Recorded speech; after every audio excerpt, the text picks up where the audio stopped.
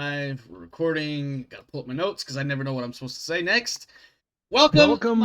Oh, God. Go ahead. No, go ahead. You know my intro better than anybody else, including me.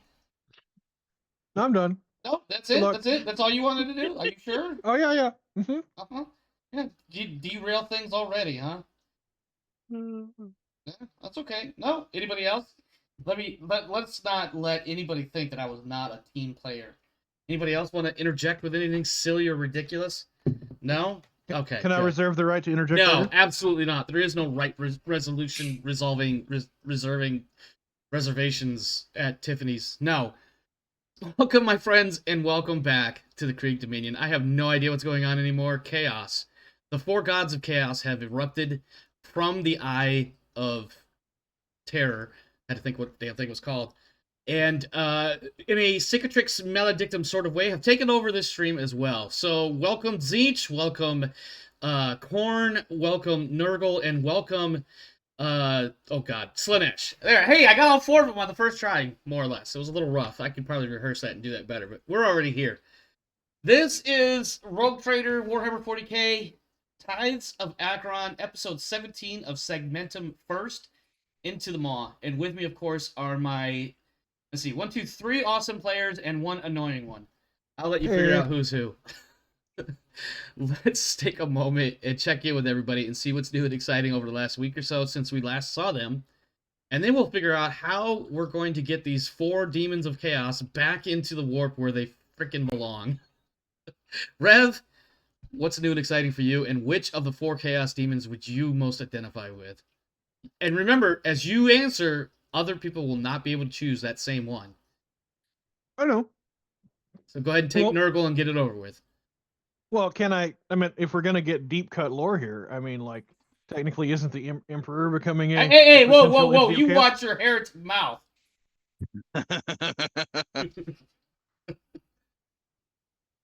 We're not going to talk. We're not going to talk about him. We're not going to talk about Orc and Mork, and we're not going to talk about any of the Eldar so much ones. Heresy. Yeah, and we're not going to talk about any of the Eldar taken over, or the Catan. Well, I have to say, Nurgle is about decay and pestilence and death, and I tend to think of myself more as the chaos and trickery sort of end of things. So I would have to go with Tzeentch. The Lord of Change. Kaikaku. Okay. Well, what's new and exciting for you, Mr. Lord of Change? Well, see, remember how I told you last week about the microwave repair? This week I've repaired another microwave. Okay. But to keep it short and simple, it actually wasn't the door sensor that was bad on that one. It was the housing for the door sensor, and I had to pull the whole guts out to pull a little plastic bracket out of the inside and replace it. Okay.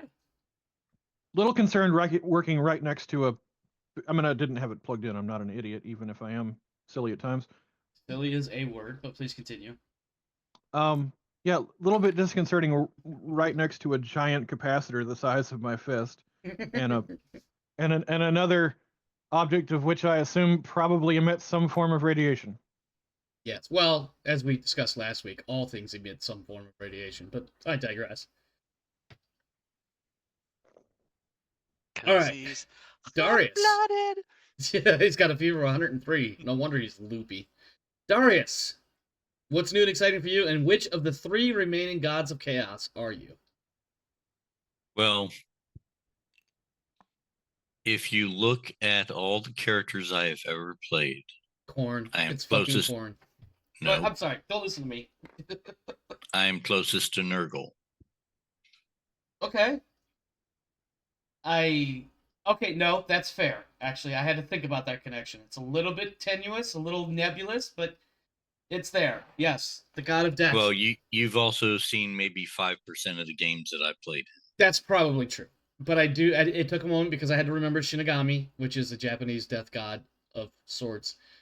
And then, now, fun fact about Nurgle is that there are some that believe not only is he a god of death, but also some way connected to the spirit of death, life, and rebirth.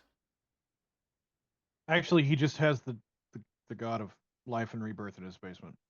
Yes, it's which I believe is actually one of the Eldar gods, but Yes. Isha. Yes.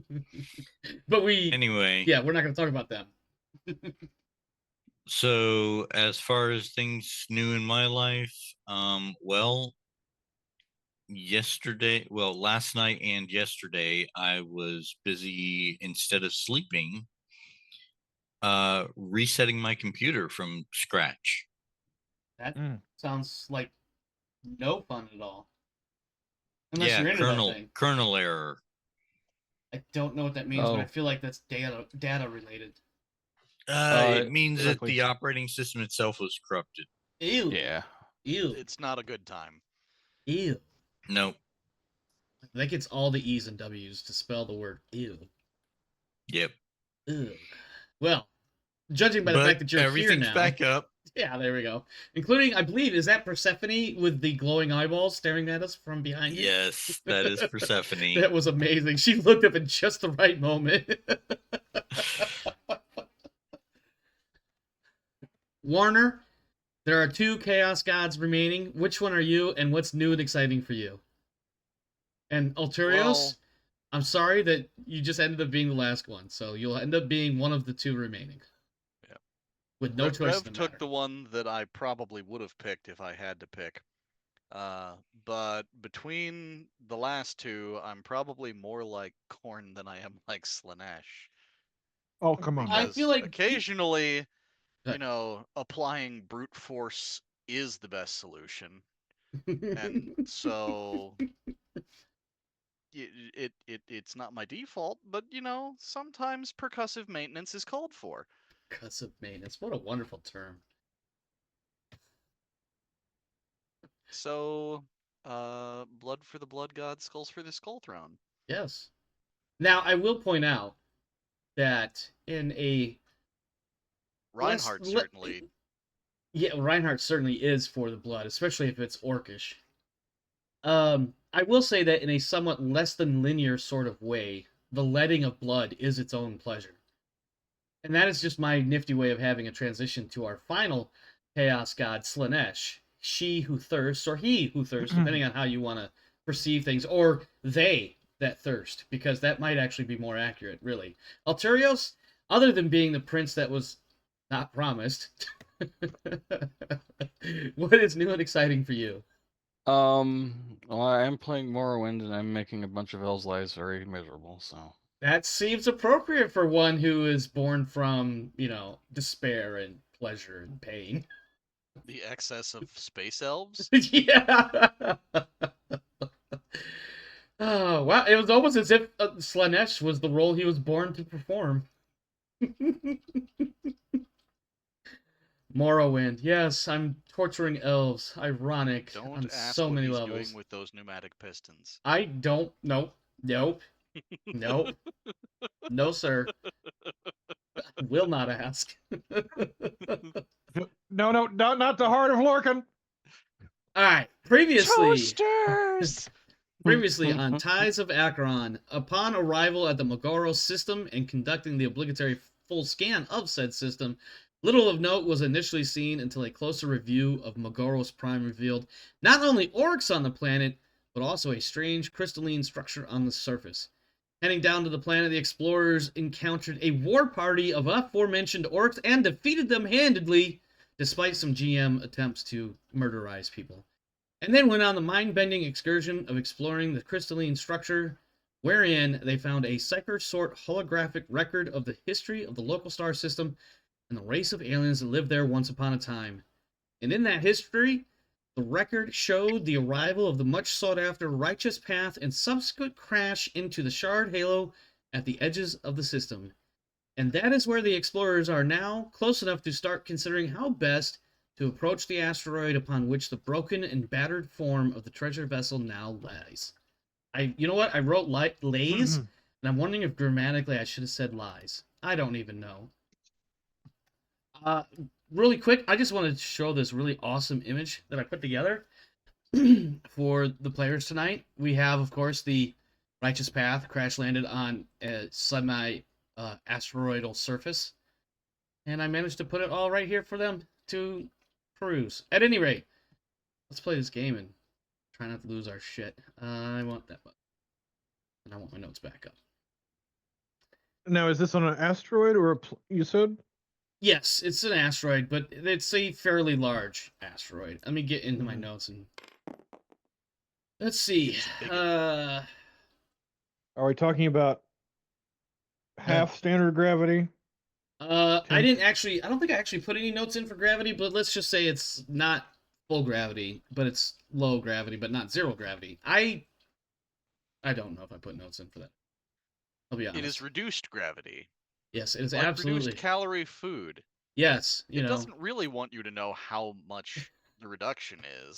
because it's really diet gravity. arbitrary and mostly a made up number anyway. Actually, I mean, I said that specifically because there is a universal gravitational constant, but I digress. When you close to within about a few thousand kilometers of the icy asteroid, you are able to scan its surface and identify the twisted wreck trapped down below. Drawing even closer, you see that the treasure ship is not alone, and dozens of other craft seem to have been drawn here, creating an icy ship graveyard. You will have to make a landing, so let's determine who is going to be in this landing party. And by that, obviously, the Lord Captain is going. Where is his character model? Where is your character model? It's already in the Has ship. no choice. What'd you do with it? Why am I not seeing it? Did you shrink it? No. Did you it's literally near the- put him in the ship? It's at the tail end of the ship. I am not seeing it at all. Or did you redefine what the tail end is? No. I'm not Slanesh. That was a good one. I'll give you that one. Don't do it again. Okay, for real. I am not seeing your dude. Okay, well, I dropped him. I don't know how to ping, but Tab. Oh, there it is. All right. So Lippity. the tab button will do the pingy thingy. So all right. So we've got the Lord Captain Yes. here. Who else is going? Let me ask of for the course. people that I typically control. Is your navigator going? She did ask, if you recall. yes, obviously, House Mercator should go. Okay, House Mercator has a representative. How about Ouch. your Seneschal, Marcellus Thale? I think someone needs to stay on board the ship. Sure. I mean, he's slowly becoming used to that. Well, Are we taking I some of can't- our? I can't leave a rating in charge of the ship. Well, no, of course not. I mean, you presumably you have other lieutenants and maybe even like a lieutenant commander or something that, you know what I mean? Like, let me see, where are your? Let's see here. Let's bring Lieutenant Cassian Yes, Anders. But I need someone with fate points and actual stats in order to Okay, that's fair. be at the helm of the ship. Hold on, let me break the fourth wall. That wall was crumbling already. It was a pretty. I thought it was a window. Your mom's. The fourth window Sorry, I shouldn't have said that, but I could. It just slipped out. brings the Yo, whole meaning from the mama. window to the wall. All right, you have your traditional squad of guardsmen, including Lieutenant Now, what are the There it is. conditions? Cassian Anders and your Acheron armsman sergeant in charge of the second fire team. What was your question? I would have several questions while we're here with the auspices. What are the other ships? Would any of them appear to actually not be crashed but landed? What sort of yeah, let me summarize your tactical situation because I feel like that's where you're going. The extra ships are there in a, let's call it, environmental pattern, meaning mostly that there's nothing of use or note. They're there to make it look like an icy graveyard for aesthetic reasons. They are ships that at some point in time previously either arrived alongside with or shortly after the Righteous Path, and then they crashed, or maybe some people attempted to make a landing, but things didn't work out.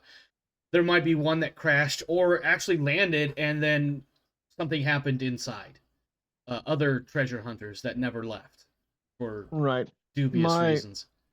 I'm just wanting to make sure anyone that we're not in competition with isn't laying here waiting to ambush us and power up their ship as we Correct. approach. As far as you could tell from all your scanner sensing, and you can obviously take all the time in the world you want to do this, so you get, like, I'm giving you, like, the full read answer, is there is no discernible threat from any of these other ships. Okay. I love how the What guardsmen about- almost blend in with the surface here. But What about from the righteous path itself? there is, Yes, see, that's a good question to ask, because as you Power guys signatures recall, is the next there thing. were some interesting readings coming from that fucker last week, including what was Yes. effectively a Wi-Fi signal emanating and to some degree interfering with some of the ship systems for the Acheron's ferry. So there is power, and as you do a, I guess we can call it a focused auger I would be looking for spread. power, atmosphere. Yep. You're not getting much in the way of atmosphere, although it appears maybe that, it's always possible that portions of the interior of the ship are still sealed and have some form of atmosphere. There is obviously a power reading from somewhere near the core/aft of the ship. So, like, maybe the rear third of the ship, but towards the forward, if that makes any sense at all, the way I'm not doing a very good job of explaining it. There is a power reading there. There is some negligible, how do I want to phrase this? Negligible/nebulous power reading up near where the bridge would be. Now, is that stronger than the one in the aft, you said? No, the one up at the front is really faint and kind of almost not necessarily intermittent. It's difficult to get a solid read on. But whatever it is, obviously it's a very low power. And that might be part of the reason why you're not getting a very good read of it. The power signature more towards the rear is much stronger and consistent and persistent. And now the signal can we tell? Are you trying to triangulate the exact location of the signal source? Right. Is it coming from the smaller power source at the helm or the larger power source in the rear? And does the larger power? I would be asking, Icarus, are you familiar with this vessel? The power source in the rear, is that where the primary generators for the ship would be? Would I know that? Because I'm So assuming two this things. is So one, just to be clear, like if you want to imagine somewhere in this, my pings are not because of the damn. they're stuck collisions. inside the ship. I see it Yeah. now. Between the two horizontal. Between the hilt of the sword. Yes. And then Crossguard. in Sorry. order for you to determine that information, give me a tech use, and you have a +10 tech use for diagnostic purposes. Like a sigil medallion rune ring thing. The Mechanicus rock. Yes. That somehow magically seems to apply here in some weird way that you're not sure. But the Omnissiah seems to be almost. You feel an electric urge. Or no, hold on. Let me Electric. hang on. Zinch. I'm sorry, Slanesh. Electric Yes. urge. I think what it is as you're working your hands over the controls to define and further refine your readings and searching for answers, as your hand drifts over a particular control, there is something that pulls your hand towards it. Or maybe if it's a dial or something, or a switch or something, you get like a little intuitional inspiration to maybe turn an extra knob click or two. So that's that's what it feels like getting your +10 from the Omnissiah. Okay. Omar, Yeah, I'm trying not to make this so dirty, you sick bastard. for the character that just got stuck with Slanesh. Yes, I know. I just described vibrational settings. I'm sorry. It just worked out that way. You rub your hands across the console and you turn that knob. That ship is giving you good vibration. It's giving you excitations. It's really Good working, and you don't know why. vibrations, bop, bop. All right, 58. What is that to your target number? With the +10, it's 68, so that's 1 degree of success. 1 degree of success. All right, so you are able to tell that the signal source for the quote-unquote Wi-Fi signal does appear to be in approximately the same part of the ship as that stronger power field. Whether or not they're connected, related, or otherwise in the same spot is a different animal. It's difficult to tell. 'Twas the Wi-Fi. 69% gravity. I see what you did there. Nice. What would you like to do? Everyone, I recommend that we depart at 4:20. Wow. Wow. He just did that. He did. And I let him. Would a better degree of success give us more information? Not from here. Okay. Right. Barring any further suggestions, I feel like even if it is the weaker power source, perhaps we should start at the bridge, see what we can power up from there, ascertain the situation on board the ship as best we can, since that's where the primary controls are, and then proceed aft to disable the signal and attempt to restore further power. But the question that I asked that never got answered was, Oh, sorry. is where the larger power source coming from? Is that where the primary power generation, the reactor of the ship would be? The best understanding that you can come up with as a group / what the sensors are telling you is that the power source it appears to be coming from either the cargo holds or immediately adjacent to it. Okay. So something on board, not. Yes, let's try Not to the engine itself. Correct. So let's try to gather intel off of the bridge, possibly see if we can't restore some systems, and then ascertain what's in the cargo bay. And Well, this is where the other members of the crew can speak up and say, "That's a bad idea, Captain," because oh, Marcellus Thale will definitely speak up and say, actually, that probably makes the most amount of sense other than, figuring out how to get inside the ship. I will say that there are a number of holes and, let's just call them various sized perforations in the hull, but determining which one to utilize to get to where you want to get to might be better ascertained on the surface. perhaps, Torpedo but thing, is also it? one thing I would want to be scanned for is not necessarily the damage to the ship, but treasure galleons came in a.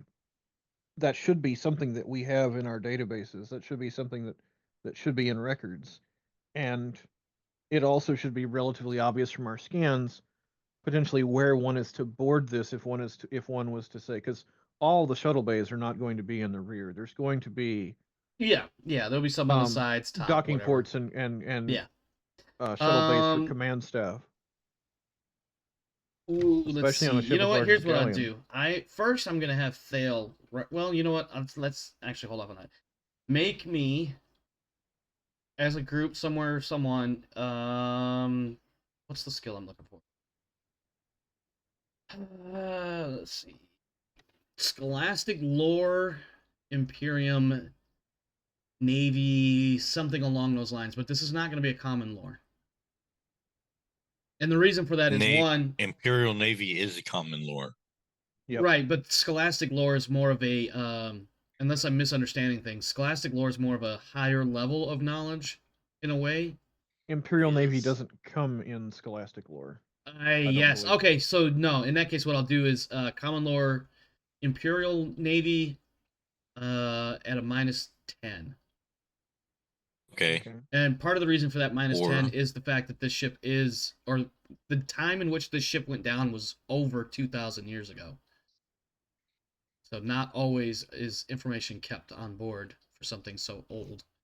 I just hurt myself saying that, by the way. What'd you do? I am 48 years old. That's what I did.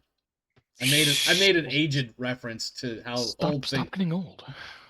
Well, there's only one way to do that, my friend, and I feel like living a little longer. No, just press the rewind button. That's not a button, man.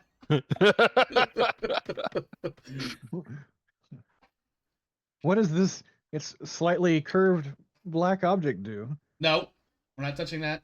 Nope. But yeah, Should I pull it with my booger hook?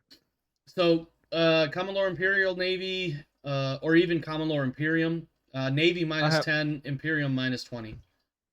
Mine would be at a -20 then. I think Mine Jace. would be at a -10. Yeah, I think Jace is probably the best bet.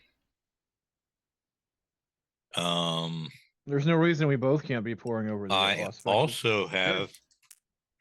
Well, never mind. I 'cause I you got, also have like, common lore tech. Yeah, have there's, common there's, law a, there's a number war. of degrees of success. The specific number is immaterial at this point. So here's what you get. Would common lore tech be more appropriate? I think it would add to the collective result. So, which you have already gotten, like, at least a solid degree of success, possibly 2 or 3, depending on your specific numbers. So, this is what you can ascertain. Just to make sure I'm on the right page, what was the initial question that Rev was asking here? It was about shuttle bays and other entry points. I was looking for, as intended, entry points that could possibly be sealed and possibly might have a chance of having some level of atmosphere, rather than going in through a breach and then having to have an area that was exposed. Difficult to get a full ascertain, like it's kind of difficult to get all this information. Like, it takes a while. And, at this point, you've probably been sitting in space hovering, for lack of a better word, for about an hour or two, trying to gather as much information as you can. It does look like there are a couple of access ports that appeared to be still sealed along the dorsal side. And, of course, we'll call it an auxiliary shuttle bay. That would be something like, if you see these black holes on the sides of the ships that are probably where guns are. Broadside cannons. Right. Let's go a little bit further back towards the midships, and maybe in here is auxiliary shuttle ports on either side of it.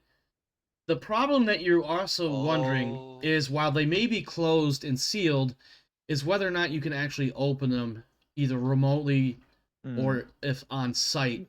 And the other question is, are they closer to or further away from the bridge than breaches?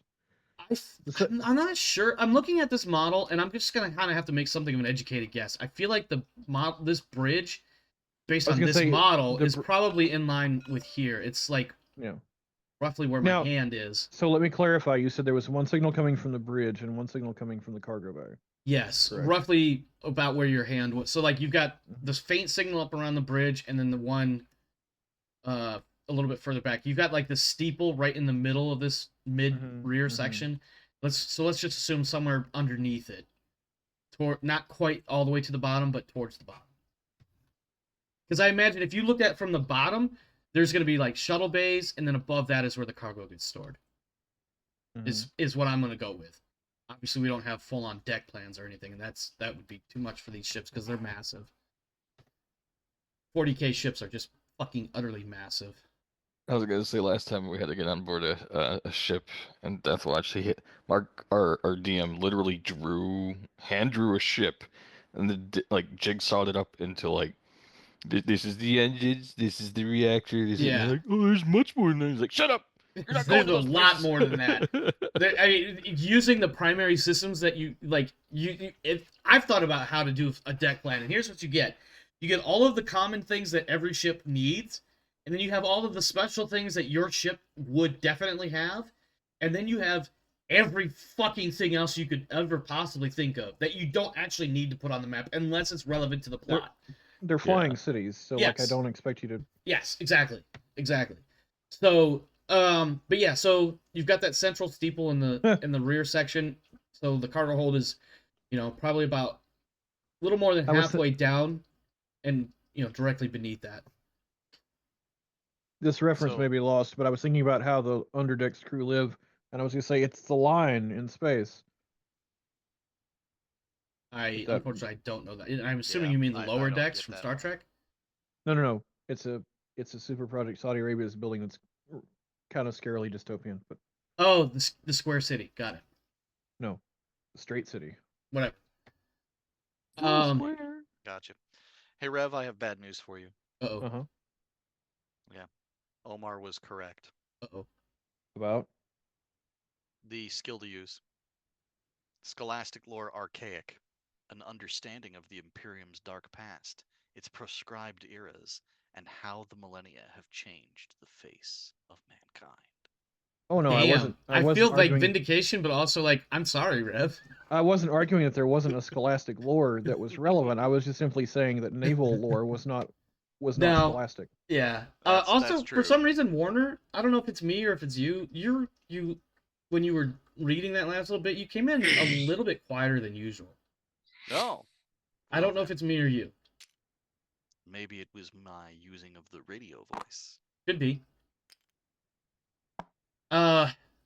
So I guess my last question would be, and this is something my character would understand better than I would under the circumstances. sure. But are we able to take in our regular gear? Is it under our void suits? Are we having to replace our normal gear with void suits? What is the situation for operating in low to no atmosphere? Well, you will be in no atmosphere until you find atmosphere on the ship. Not. I If realize that may we have sounded find sarcastic. I atmosphere on didn't the mean ship. it to be. That it was not intended to be. Like, obviously, you're on an asteroid, so you're going to be in the void. I don't know how a lot of that stuff works together with So, void suits. So I think it's there's basically a the couple void suit things. and then some basic equipment on top of it. There are some full carapace and obviously power armored suits that do have, atmosphere. Okay. I don't have one of those special carapace suits, I think Jace and I does. obviously Because he's don't got a have smirk any on of his the face right now. power armor. Oh, I have a special solenoid void suit. Yeah, he's got like an old school one. He's got a that- special void suit. Also, if you mostly people don't wear armor under void suits because the armor doesn't protect the void suit from getting punctured, and if it gets punctured, you're dead anyway. Mhm. So, yeah, probably in void suits. Right, but I wasn't sure about the compatibility between the two systems. So, as a point of reference, and this is not me dictating. I'm simply kind of throwing it out there so we can resolve it as a group. But your armsmen have carapace chest plate. That's not a full body carapace, is it? Nope. So that's basically a clamshell chest piece, a la Yeah. U.S. Army flak vest kind of thing. Right. And that's why I was also wondering if we should bring all of the troops with us, because bringing them without any armor in void suits is probably just making them expendable. I mean, you've got over 2,000 ship's troops. Well, I'm probably So- not bringing the elite then. I don't want to. No, my point was like you've got plenty of troops to send if you want to send them. I'm not saying we sacrifice them, but to have some protection at least initially, and then the shit hits the fan when they start dying because they can't breathe, you know. But it's Right. up to you, I- you know. My next question is, I have a full set head to toe stormtrooper carapace armor. Okay. Does that provide any protection against the void, or do I need to wear a void suit?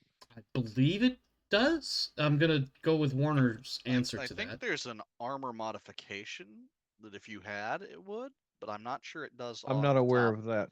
Let Yeah. me check, because I've got the armory open. So, Let's see, what does Anastasia have? I don't think she has anything helpful.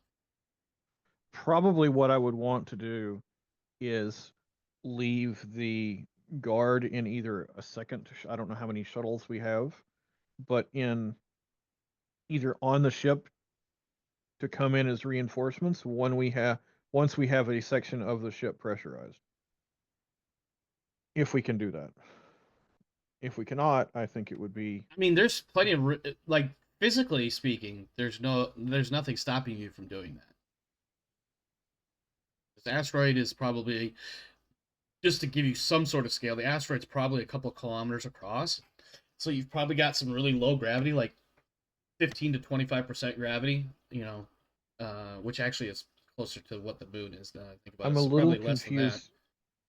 Go I'm a ahead. little confused as to what the size of the asteroid has to do with how many shuttles we have or how many men we can keep waiting on the ship. Well, what I was getting at was basically how much room you have to operate within. So like you'll have there's a landing field that I haven't described yet. Okay. Landing field's really bad word to use, but you get the idea. Like a spot that you can put down at least 1 or 2 shuttles, disgorge troops. If you want to bring more troops in, you can obviously cycle them as you need. Nothing like that. Given the atmospheric conditions, I meant Right. boarding them onto the ship. Yeah.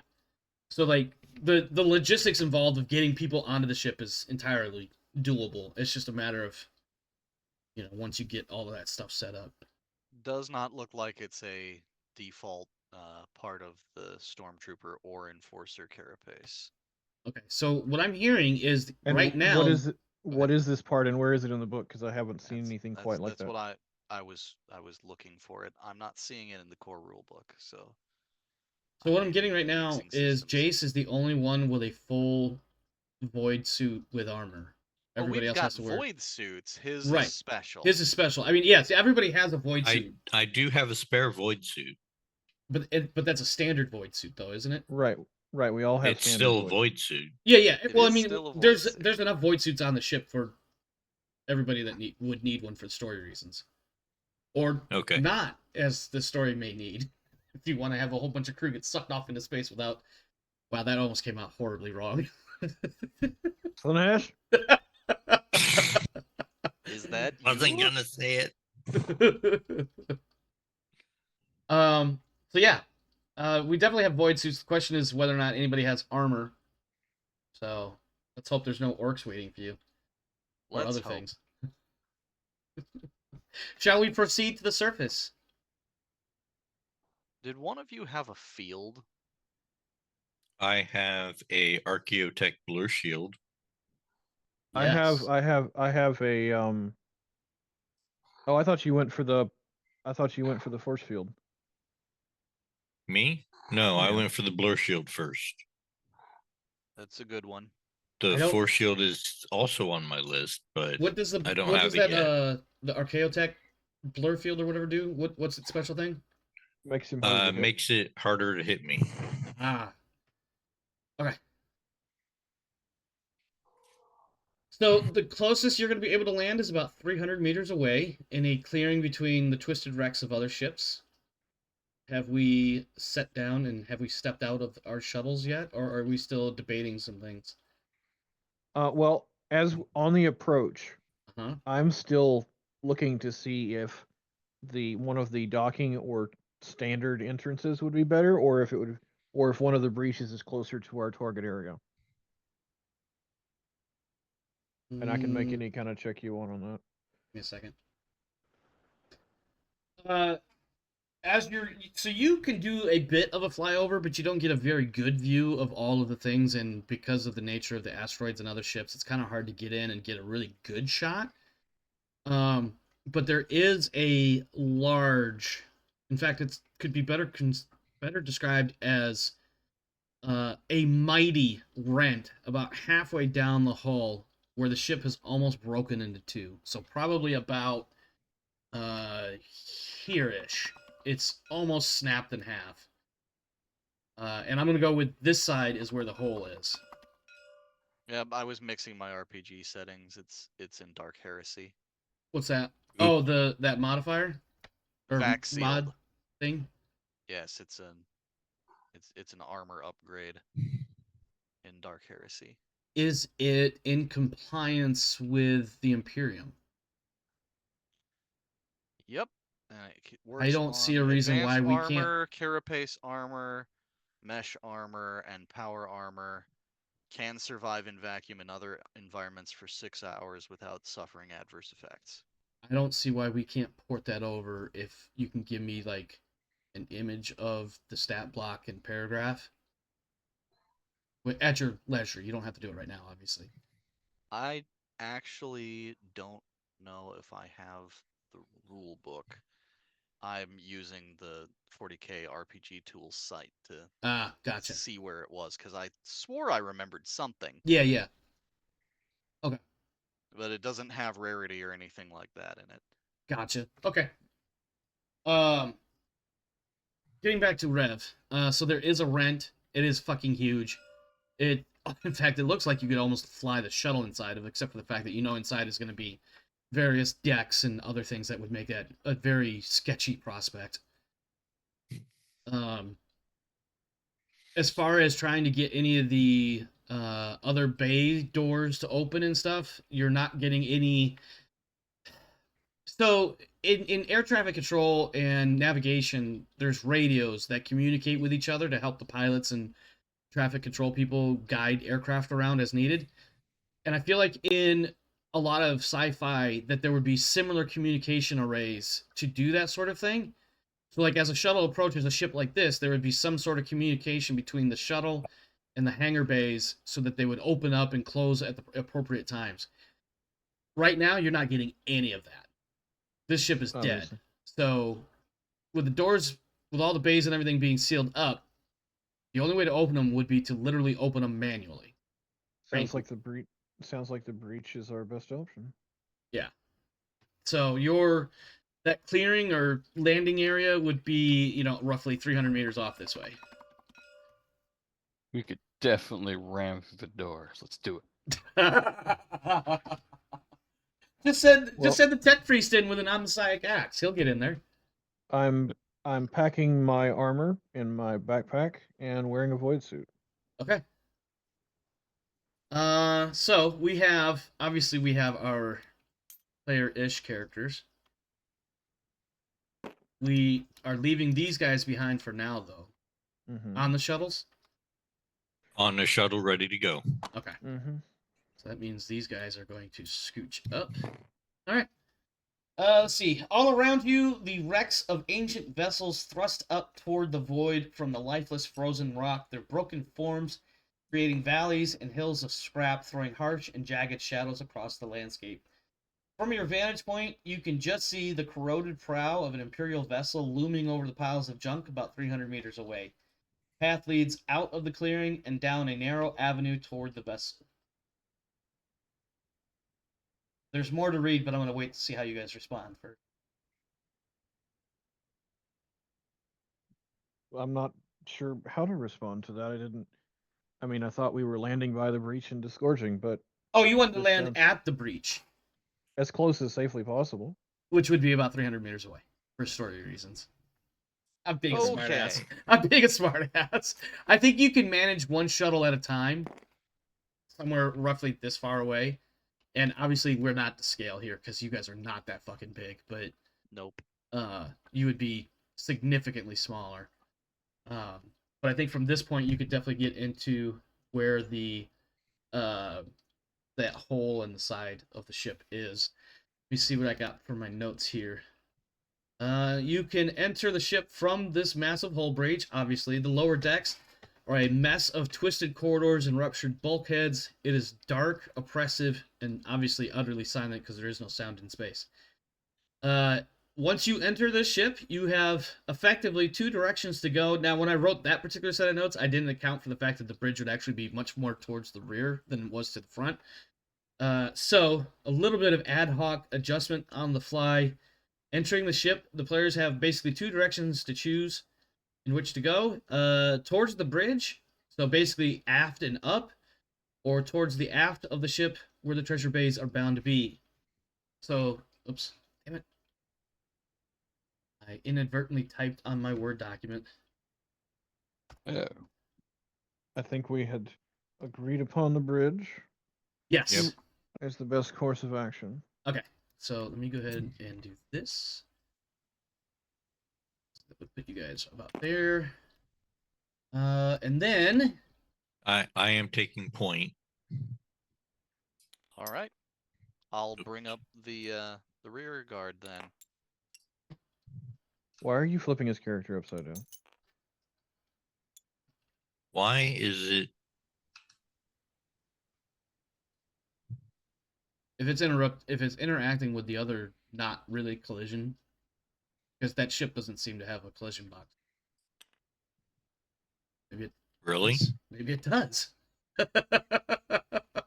As his character floats in midair.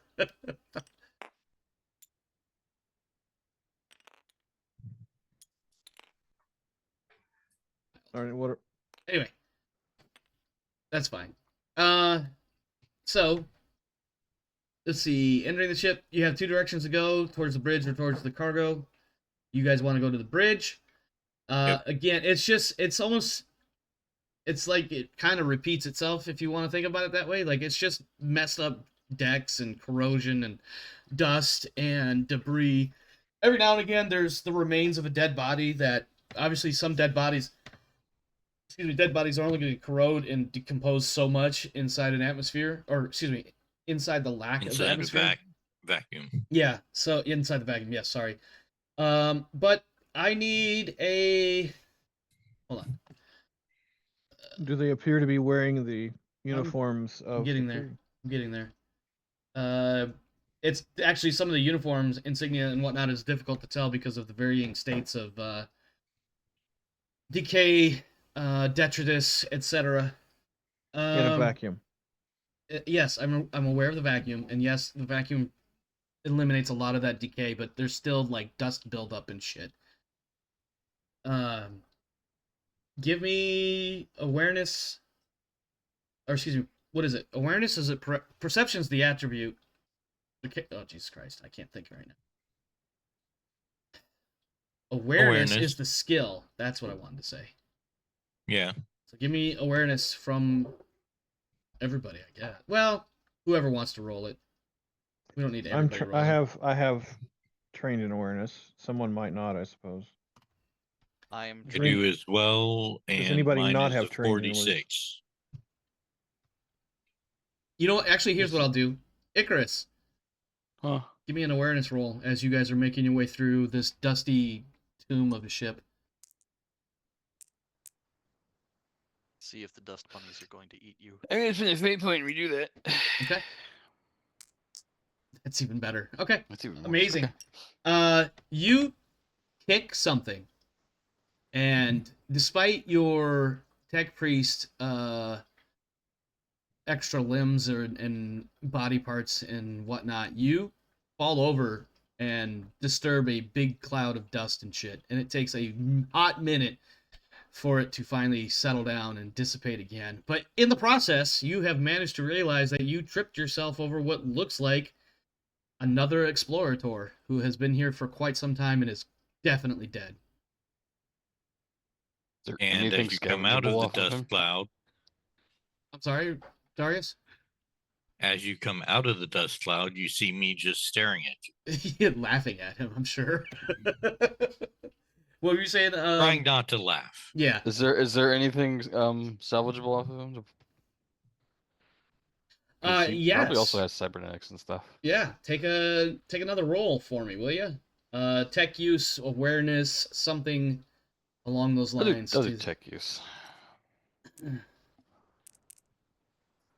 Are you? That's a 13. Oh, okay. So this definitely was not just an explorator, but some of the markings, which are incredibly old, in the neighborhood of about 300-ish years, is this was a disciple of Thule. We'll get to that in a moment. Well, I already gave you what the name is. So, the disciples of Thule were members or portions of what's the fleets that go exploring in the AdMech? Explorator fleets. Is that what they're called? I believe so. Yeah, there was a portion of them under the command of somebody by the name of Thule, whose first name I can't remember off the top of my head, and I didn't write it down in my notes. They're called the disciples of Thule, who entered the Koronus Expanse about 300 years ago, searching for pre-Imperium artifacts. That expedition never returned to the Calixtus sector. You have tripped over one of those members. Now, when I say one of those members, this was a lot of people. This wasn't just, a few dozen people on a trip off into the nowhere. Like Archmagos Paracelsus Stool. Yep, that guy. What you also notice in this process is that the remains of this individual explorator, he is... Hang on one second. Yes. The body appears to have been afflicted by various acidic and or corrosive burns that have eaten through any clothing, protective armor, and even flesh, except for what appears to be the stub of a mechadendrite connected to the body. And then there's another like there was a mechadendrite here that got severed at some point. Could you make another awareness roll for me, please? And I will give you it because at this point you probably are curious. Actually, I will give you this. Make another awareness roll, and if you are curious to figure out what happened to this mechadendrite in particular, give yourself a +10. Or if you're just wondering where the rest of his body parts are, it's just a flat roll. I'll do the +10. Of course, why not, right? There's a story in here somewhere. Okay. Off in the corner, and when I say off in the corner, like, a handful of meters away, is a mechadendrite, kind of coiled up as if it was flung or something. And on the end of it is an axe. That looks vaguely familiar. An Omniscion axe. Would you like to pick it up, or would you like to steady it? Yes, I'm taking that. Okay. When you pick up the axe, you notice that the mechadendrite is absolutely fused to it. Oh. On further inquiry, when you realize that the mechadendrite is attached it's going to take a lot of work to get this off. It's not quite an omnisciic axe. The head of that axe, instead of being shaped in the form of the symbol of the omnicia, it's actually the symbol of Thule. And let's just say for artistic reasons, it's something very similar to the omnicia, circular crossy bit, not at all the sign of chaos. But the symbol of Thule is more, let's say, closer to a D, if that makes any sense at all. Okay. You have... Nobody outside of the Mechanicum would recognize the difference, though, I imagine. Yeah, correct. You have, and you can put this in your notes, that you have a good quality Thulian axe. For all intents and purposes, use the same stats as an omnisciic axe, except because it's attached to this mechadendrite, when you have the mechadendrite attached to your body, you now get a free melee attack action with this axe. As a free action, I should say. So, in other words, if you're in melee combat, you have all your normal melee actions, and then this axe gets a swing. I also want you to take particular note that the axe and the mechadendrite are absolutely clear of any acidic or corrosive burns, but that body was obliterated by them. It's almost like somebody poured not hot lava. It's almost like somebody took an axe and splashed a puddle of molten lava onto someone. But where the mechadendrite would have taken those hits, it didn't. Same thing with the axe. So he lost the dendrite before he melted. That's one interpretation. Okay. I want you to be clear on the words I just specifically used. I cannot tell you more for now. Well, I will go ahead and Mostly because at some point I'm going to My forget this small mans. detail, so I need you to have the seed of this detail to remind me later. When appropriate. Which might be 6 months from now. Sorry. I get a little weird at times, in case you couldn't tell. no, that's fine. Anyway, yeah, so you have a Thulian axe, which is, for all intents and purposes, an omniscian axe, except this one is attached to that mechadendrite, and having that mechadendrite attached to you gives you the free action of that melee attack. I want to be clear on that too. It is not its own melee attack. It is a free action only as a melee attack. I'm jumbling my words a little bit, but I think you get the gist. So I can just and on top of that, I'd wish to smack him with my dendrite axe. Yes. Okay. It will take like an industrial grade grinding and unwelding to separate the axe from the mechadendrite. Well, it's a good thing I have a mechadendrite body. Right? I can just plug It's it almost in. like this. It's almost like this thing was put here specifically for you. Shall we continue into the gloom? I'm good. That was a question to the group, by the way. No? Yeah. Why would we not continue? Listen, player agency. I just wanted to be clear. Let's see. You continue into the darkness. Is there any side banter going on? Is it, oh, look at that, Icarus, his dumbass fell over and he tripped on an omnisciic axe. That's so funny. Is there any conversations like that going on? Or any conversation for that matter? The I would like to think that uh the servo skulls Uh-huh. are trying to pick bits of dirt that clung to the void suit off. But then they realize they don't have hands, so they're just like bumping into it, trying to knock it free. I thought they had pincers. Do they The not? servo skulls? Am I crazy? I mean, I thought they had They can't. manipulators. They can have little, essentially picture like small manipulators yeah, and nothing like they can't exactly pick up big things, but they could certainly pick dirt off. like Of they, of yeah, them. okay. So, all right, we'll go ahead and adjust that because I was thinking that that was all they were, and then you could add other shit if you really wanted to, but that's fine. No, they could definitely pick dirt off of Void Suit and everything else. Jace, I need Yes. you to make an awareness roll now, please. All right. My perception is 46. Okay. I am trained. Uh-huh. Is this something that the Lord Captain could give me a bonus on? Good, but he may want to hold that bonus or something later. Well, since we are walking through the ship, how soon will that bonus reset? That's a great question. Because I'm kind of viewing this whole thing as a single. You know what? Yeah, you can get one roll between now and when you guys actually enter the bridge, and then it'll reset at the bridge. Because I don't want to give it too many times. And what is your awareness? 46. Okay, I think you actually have one of the highest awarenesses. So if Omar gives anyone else an awareness check, Yeah. I very well might, because you're in the dark, stumbling around. With I may hold on to that So- plus 10 Stumbling in the until we dark. get to So the bridge. I will just roll straight without spending a fate point or anything.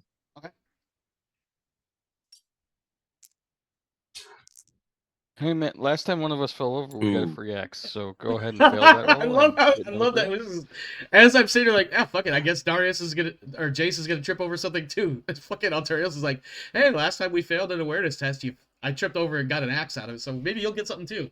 Well, that's actually funny that he says that because Something other than tripping. Come on. yeah, well, no, you kind of stumble because you're distracted.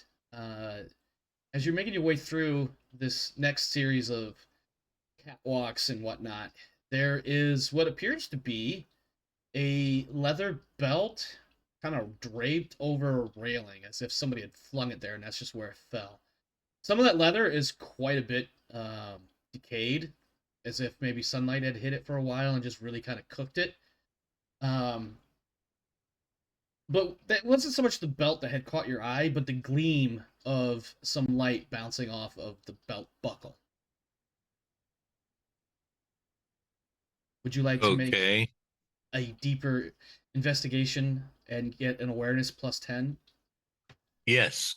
Please make an awareness plus 10 as you are captivated by this weird belt and its buckle. So 56. That is amazing because with those extra degrees of success, you realize that you grab the belt, and as you touch the leather, it starts to actually kind of crumble and fade away. Not in an ashy sort of way, but you know when you cook up bacon, it gets crisped too much, and if you touch it, it just starts splintering.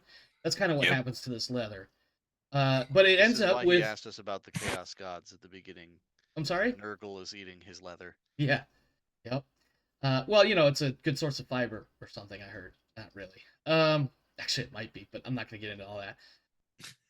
This actually is kind of weird how it happens. You end up with this belt buckle sitting almost neatly in the palm of your hand, and the side of the buckle facing upward is a symbol that looks familiar, but it takes you a moment to figure it out. Give me what kind of intelligence remembering symbols kind of skills do you have? And Well, I have Scholastic Lore Astromancy. I have Secret Tongue. Well, I have Speak Language High and Low Gothic.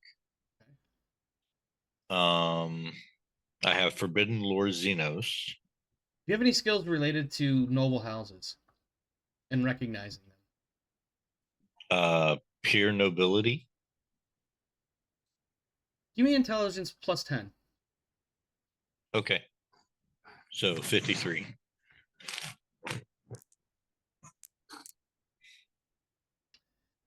This it just so I get the name correct. The house that you belong to, the noble house that you are a part of, is von Anko. Am I correct?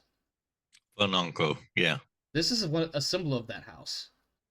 It's an old symbol. It's no longer in use. It's like at some point in about 1500 years or so ago, a different marketing team came in and said we need a new rebranding, and so they changed the symbol of the housing to something a little bit more flowery, more scripty. And then, of course, it changed not long ago to something that fits more of what you would like for it. But we're not going to get into that right now. In addition, you realize that this belt, or excuse me, this buckle, is actually a shield emitter. Because, A shield emitter. yeah, this is the emitter for a salvation shield. And the details for that can be found on PDF page 132 of Into the Storm. That's a good one. Hang on a second. Is that kind of like an Iron Halo? It's basically, imagine like holding a literal shield, like sword and shield, Mm-hmm. but it's the emitter projects a field of force. Oh, okay. It's got a fantastic protection rating. Yeah, it's actually, I think it's the highest in that table that is on that page. You said Into the Storm? Correct. It's the highest non. What page? No, it's not. PDF page 132. It's like 80 or 85 is the protection. It's 70. 70. But it's really good. It is really good. If it's not the highest, it's there's only going to be one or two things Salvation better. shield. Yeah, the salvation shield. Reportedly created by the mysterious Acheron, although other reports claim they are relics of human technology from the Dark Age. Mm-hmm. These tiny devices resemble a button or small brooch. When activated by a coded series of touches, a button shield generates a silent, invisible field, roughly 1 square meter, protecting outward half a meter. The field is strong on the scale of a power field, but can only last a few minutes before the charge dissipates. Once used, it requires several hours to recharge itself. These are worn singly on the chest or elsewhere, but for few individuals with access to several button shields, they can be worn in a pattern to protect more of the body. The more As I daring understand, wear them as rings so as to provide the most dramatic usage to unsuspecting foes. my understanding of the mechanics is it can only protect one body part at a time. Basically. Yes. So basically, because it's a belt buckle, wherever the belt buckle is placed, and when you turn it on, and 1 meter square from that belt buckle, with the buckle obviously being center, is basically going to protect roughly the groin to the chest, the soft parts of the abdomen. Unless, of course, you reposition that emitter or get the emitter removed from the belt buckle and placed onto something else so that you could actually have it something closer to covering the full chest. Yeah.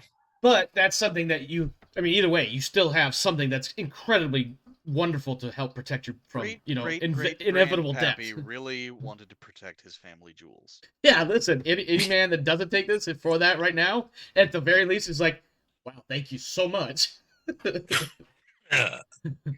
Yeah. So what does protection rating 70 mean? I don't looked at this and I remember. don't remember off the top of my head now. I believe So it has to do with the benefit. When a character wearing an active field is attacked, you roll a d100. If the result is lower than or equal to the field's protection rating, the attack is nullified and has no effect. yeah. So the higher okay. it's just like any of your skills. Yep. The higher Yep. the skill, the more likely it is to be effective. Yep. That's what it was. And So a 70 protection rating is real dang good. yeah, so basically Yep. 3/4 of the shots are not going to penetrate. And then the counter to it, of course, is that it only lasts, I would imagine, one fight, at which point it needs to be plugged back into the wall. our iPhones and whatnot. Yeah. So, but yeah, you got yourself a salvation shield. Go ahead and put that in your inventory and put it in your pocket, or Oh, on your and belt, I suppose. I assume that this Yep. is common craftsmanship. This is, you know what? I forgot to make note of that. Let me see what I got in here. It's gonna either be common or good. It's not gonna be super crazy. That I gave would- Well, if it's from a noble house, well, I get so just for player leveling or player balance, I gave Alterios a good quality, so yours is also going to be. yeah, I I bu- was So the gonna other thing say about it a is it noble has an, house would not create one of these and have it be common quality. Yeah. What were you saying, Warner? no, so the other piece about these fields is that they have an overload rating, and at good quality, if you roll 1 to 5, it overloads. It succeeds at defending you from the attack, but it shorts out basically. It has to be repaired or is actually completely unusable again. it would have to be Ceases to repaired by function a until recharged difficult. or repaired, Gotcha. requiring the Luminem charge talent or a successful, very hard tech use test. So you and Icarus would become best buds. That's what I'm hearing. He would quickly find out exactly what brand of toaster was Icarus's favorite. And his favorite Why his favorite brand of recap. why would I suddenly become best buds with Because Icarus? if you rolled that 1 through 5, it would eat the damage that was coming at you, but it would also short out and no longer be usable until it was repaired. Which part of that process is a tech use at hard difficulty, which is like tech use minus 20 or 30. Or if Icarus has Luminem charged as a talent, he Right. can just do it. I think he only can get that at rank 3 or 4 though. I have tech use myself. Yeah, it's a very hard, so a minus So- 30 test. Yeah, I was just gonna say, what's my modifiers over here say? Hard. Are you basic or trained on tech use? You Train. you can't be basic with tech use. Oh, okay. It's an advanced skill, if I'm not mistaken. So Hard is minus 20, very hard is minus 30. So very hard is minus 30. yeah, it's the chances of getting a good roll is not great. With that said, Okay. It's still cool. yeah, and that Yeah. also is if you happen to roll a 1 to 5. Knock on wood, nobody rolls a 1 to 5 in this game ever when they need higher numbers than that. Never. Except for when I do also Rodens have wants that a force utility weapon. mechadendrite that gives me a +10 to tech use. So Oh, that's right, you do. Okay. Haha! You also if you equip Mechanicus that rock.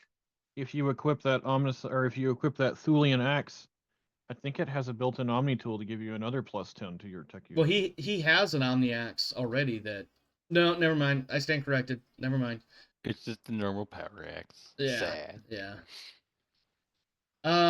Lastly, as you guys are steadily getting closer and closer to the bridge, Reinhardt, make me awareness roll +10. Awareness +10. I don't know why I Shall put be +10 in done. here, but I said roll. I put it in my notes as such. So go ahead and do it. Oh, okay. All right. Probably because my perception is only a 29. Hey, that definitely did not influence my decision making on that. I can tell you that right now. Well, I guess we'll find Well, out. unlike Hey, everybody that's else good. who stumbles their way into something cool, you find what appears to be a silver medallion the size of a large coin with a hole punched into it to allow for a leather thong. It is kind of tumbled off into the side of a corner where the wall turns. Okay. Would you like to investigate, or are you just going to leave it there? Absolutely, I would like to investigate. All right, give me another. Well, give me You've got I Common have- Lore, Imperium, and Astra Militarum, and I've got various Imperial things. Guard and War. For Common Lore, I've got Tactica Imperialis for Scholastic. I've got Forbidden Lore Pirates. Those are my lores. What was the first one? Could I be of Common Lore assistance? War and Imperial Guard. Imperial Guard +10. All right.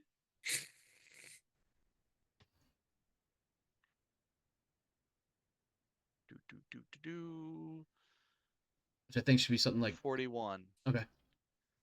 for me. Okay, abysmal.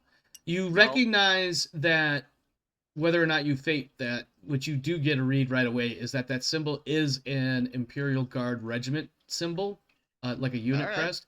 You're just having a hard time remembering. So if you want to fate point it, maybe you can remember it. I will not bother trying to do anything more. I'll just pick it up and remember to look that up later. Okay. What was the lore check? Common lore Imperial Guard. Imperial Guard. Do you I have don't think I have that. anything relating to Ordo Malus? No, I do not, besides my hatred of daemons. The I shame have that- for Go ahead, Rev. have- Maybe your character I would- saw something on that medallion as he picked it up. well, it's jewelry. My character's interested. Yes, obviously, it's a shiny medallion. Right. So I mean, I have like, I guess the closest thing is I have like the basic common lords that kind of already been named. I Do you also have Rogue Trader and Forbidden Lore Xenos, which I don't think will be helpful. So I No, don't know if that can unfortunately, help. if you have anything, Ordo Malus would be helpful. I believe that's the one for demons, is it not? Malleus is demons, yes. Daemon hunters. Do you have anything Imperial Guard or Astra Militarum related? I No. don't think you do. Does anybody else? Nope. Not me at least. Just Imperial Navy. I'll let you roll it, but it'll be at a -10. Oh, okay. As in, like, this is one of those areas where there might have been some sort of vague crossover thing that you just happen to recall because you saw this symbol. Okay. That would be intelligence, Mhm. which is 43 minus 10 is 33. Nope. Okay. So what you do get is when you do pick up this medallion, it does feel strange in a. You find it odd that when you pick it up, even through your gloves and being out in the void, that there's a certain calming, warm feeling coming from the medallion itself. Or it's picked just it something in up? your head. This is Reinhardt, by the way. Well, I will just pick this up and we'll look into this symbol a little bit later. Very well. All right, so we are at the bridge. The door to the bridge, in very old style, low and high Gothic, is a sign, dusted, difficult to read without brushing it off. It says I'll something. brush it off. Yeah, this obviously is an indication that this is where the bridge is. The doors are sealed. Excuse me. But it wouldn't take much to pry them open, and you guys have the means to do it, so we're just going to skip any rolling needed. It does take some physical exertion to eventually manhandle these doors open. You have to open up access panels and get to the actual mechanical gears and whatnot, and then crank the doors open inch by inch. When you open it, once the seal breaks, there is a rush of air. And it all bleeds out because it takes you a moment to get the doors open enough to get anybody through. Inside, the bridge is faintly lit with the pale radiance of the Megara star through the vista panels. Under this cold light, you will see a long semicircular chamber with the Lord Captain's throne at the far end. Down each side of the chamber are servitor pits, cold and dark and packed with ancient, part mechanical corpses. The other two structures of note are the navigator's well rising from the center of the chamber and another unidentified room just below the throne that you can, eventually snake your way around. Everything is covered in a thick layer of glittering dust, smoothing lines and hiding the human remains that lay strewn about the deck. What would you like to do? Yes. Let's try to get those doors closed behind us. Okay. Would be the first order. Tech use or brute strength, depending on how you want to approach closing those doors. Do you want to try to get some power going, or do you Yes. want to just hand crank them closed? Whatever is quicker, but we are going to want to restore power to the bridge for further investigations. Well, why don't we have somebody cranking it closed while I try to tech use it? Or Reinhardt can tech use it. I do believe that Or would no, be not Icarus's. Reinhardt. Icarus. Icarus, got if you would be so people kind could- as to try and speak with the machine spirits for us and see if there's any activity left there. All right, so I'm going to assume that Oh God, I have a command of the English language. I am failing though. Those not actively engaged in something will be closing the doors. Icarus, give me tech use. You get your +10 from your Mechanicus rock. This is to determine what you need to do to get the power going again. Not Hold on. necessarily restoring like ship systems power ship wide, but just enough power to close this room off and get air in here. Is it possible to make this a teamwork test? I guess. How does that work? I don't remember in Rogue Trader. I don't know. Well, here's what I'll do. Icarus, you've got the higher roll with a +10, I imagine. So, Jace, if you want to try to help him out, give me your tech use challenging. And if you succeed, then Icarus will get a +10, and all the power will come on success. Not all the power for like the entire ship again, just enough for the bridge to get air and whatnot. All the power we need. All the power needed for here in the bridge. Also, the Lord Commander's +10 is available. That's a 59. Are we fate pointing anything? Alterios, were you going to roll? No. I just fail. Okay. Alterios, you get your +10 from your Mechanicus rock and any other modifiers that you get because you're you. The Mechadendrite probably also gives me a +10. How does that +10 apply? Like, I'm like speaking because I don't know what the Mechadendrite does. He has a It's utility, utility Mechadendrite. Mechadendrite, and I believe the rules, I just have written down +10 tech Any use. for any tech use? Okay. Alright, so that's +20 I then. think... Let me make sure so I'm not just... Yeah, it's totally all of them. Just give it to me. I'm looking for anyone whose uniform looks stand out more lavish than anyone else's. You're looking for the Lord Captain or senior officers. Yes. Get to you in a To moment. all tech use tests. Okay. So. Yeah, in that case you've got a +20 to get all the power relevant needed for the bridge. If I can't roll under a 78, I'm gonna be mad. You had to say something, didn't you? You had to say it. I'm fate pointing that. I for figured reroll. you would, because that was an 18 until it rolled over to a 98. There you go. That looks like a success. What was your target number, just for narrative reasons? 78. All right, so you got like 2 degrees of success. It takes a few minutes because you had to fate point it, but otherwise, by the time the doors are closed and resealed, you hear faintly at first. Well, at first you hear nothing, and then faintly it starts the flowing of air, and then it becomes a fan in your ear as air pressure returns. And if you choose to, you can remove your helmets and breathe ancient ship air if you want. No, I've seen this movie before. That's helmet thing. I've seen Alien. I know this doesn't work out well. I wasn't going to trick anybody. I was trying to make it funny when I said ancient ship air. But on that note, if you don't want to take your helmet off, I'm not going to make you. Rev. Speaking of Omar. Yes. I am keeping an eye out for whatever might have caused that acidic Yeah, I got you. damage to the other Mechanicus. Yep, I got you. Rev, give me awareness. Okay.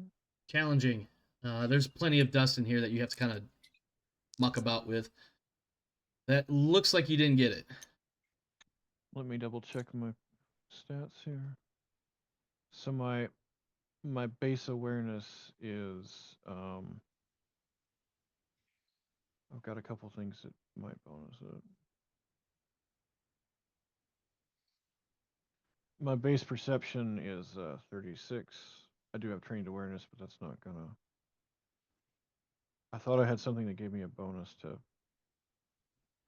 awareness. You had something that gives you a bonus to detect ambushes, I believe. Yeah, his Mhm. paranoia. It was just like a +10 or something, wasn't it? Yeah, it's definitely a +2 to initiative. Anyway, yeah. So I guess I don't find him yet, but I'm not going to stop looking. Okay. There's a limited amount of space, and Yeah. So what we'll do is, because it's not narratively major, important, or whatever, one way or the other. Instead of finding anything right now, it does take a considerable amount of time. You basically almost have to go person by person, which involves scuffling dust around in order to go person to person, uh, to see if there's anybody of important ranks and whatnot. Unfortunately, it does not appear that there is anybody uh, of significant rank until you get to the navigator's well. I'm assuming that the Miss Mercator is particularly Yes, interested in this. she takes a look over and she says, Lady Mercator. yes, she takes note of the sigil of this navigator, and it mentions that it is the navigator house Asmaton. This is a navigator house, she explains, associated almost entirely with the Calixtus sector, except during the time of the Angevin Crusade, which is when this treasure ship was last crewed active. It was a lesser known house of the Scaris sector. Which the Scaris sector is adjacent to the Calixtus, like on its southern side, I think, if I remember right, because I remember looking it up. However, one thing I will give you is, Lord Captain, in your disturbing ancient dead dusty bodies looking for anybody of import, you also find that other chamber that I mentioned earlier, that was, basically inside the, how do I phrase this? Under the throne, you said. Under the throne. Yes, thank you. Sorry, I was trying to figure it out, and you said it succinctly right there. So you find the door to that. The door is sealed, but it doesn't look like it's going to be terribly difficult to open. Icarus, do you see any controls to open this door? Do I? Make a tech use +10 on top of, and that +10 is on top of your other +10, so I think you're looking at a 30. Yep. That'd be okay. If I don't roll under an 88, there's gonna be issues. I was gonna Stop say, I was saying asking it, him, and not you will be necessarily fine. inspiring him. You take a moment and look over the various panels and display screens that you've got some life coming into. And by life, I mean obviously power and activity. The chamber beneath the throne is identified as the Cogitator Core Vestibule, which is where some of the local computer core stuff is. But also, you see in your understanding of schematics and whatnot that in that chamber is also the controls that turns off the. Hang on. Hang on. I'm failing at the word that I'm looking for, so bear with me. Words, Ah, not yes. wording. In that chamber are the controls for the massive energy seals located in or around the cargo holds. Seeing this, you realize that the steady source of power signals that you were reading aboard the Acheron's ferry before you came down was indicative of these energy seals being in place. And So this is where the Wi-Fi signal is coming from, inside those energy seals. You can now confirm that. they're trying to keep something inside the cargo hold. Is that what those like? Yeah, so basically, the plasma shields in Phantom Menace with the fight between Anakin and, or not Anakin, Obi-Wan, Qui-Gon, Yeah. So they have these, and I'm picturing in my head it's those, except instead of red hues that are more like blue hues. They have these shields in place around the cargo holds for specific reasons you're not sure. You know, the cargo area, so it would make sense that maybe there were some shields put up for some reason, like to keep looters out or something like that, and they were just never turned off. You do know that that's what that big power signature was. That is also where the Wi-Fi signal is coming from, and in order to get into that area, you have to turn off those energy seals because nothing can penetrate them. And in order to turn those seals off, the controls are in that room under the throne. So one of us is gonna have to stand the bridge to turn those off. Actually, Or- I'm going yeah. to radio. Go ahead. Icarus. Hmm? Tell one of your subordinates that he will be needed on board the shuttle post-haste. We'll be needing someone to control the bridge while we are busy elsewhere. We'll assign a squad of guards to keep him company. Are you So asking I'm for a planning on servitor or another tech priest? I'm assuming there's lesser tech priests on board the Yes, ship. yeah, or ship- absolutely. There's definitely lesser engineers or whatever So they would be there's called. just a standard squad of guardsmen, nothing special, just something to Yep. keep him company, as well and to keep him from dying to a paper cut. And a tech priest are going to be sent over on a shuttle to man the bridge. We're going to stay here, possibly try to look for anything else, try to figure out what happened to the ship. But in the meantime, we'll have a bridge crew, a temporary bridge crew, being brought over to the ship. And by that I mean someone who can look at readouts and press a couple of buttons. Yep. So I've duplicated Icarus and named it Tech Priest Extra. So Is he extra? I was thinking extra in the acting sense. Oh, he no, acts we have pretty a red extra. shirt now. Yeah, yeah, I mean, if you want to call him that, yeah.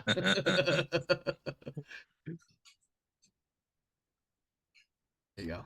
And then put them all right in here. But you guys, there. That's pretty close. All right. So is that more or less what the plan is? Is everybody going down to the cargo seals? We will be going down to the cargo seals, but first I want to find out as much as I can from the information on the bridge about what happened to the ship, any sort of like last logs. Okay. So let's do this. Anything Let's about make what's this in the cargo bays? Yeah, so let's do this. First, Icarus, and not right away, but first Icarus will make a tech use roll to be able to pull up the logs, and then the Lord Captain and any others will do some sort of scholastic lore generic to peruse the information to see if they can find it. So first is the tech use to see if you can find the logs and be able to pull them up in some sort of readable format. Yeah. Don't forget you have a total. I'm plus gonna 20 on there. go for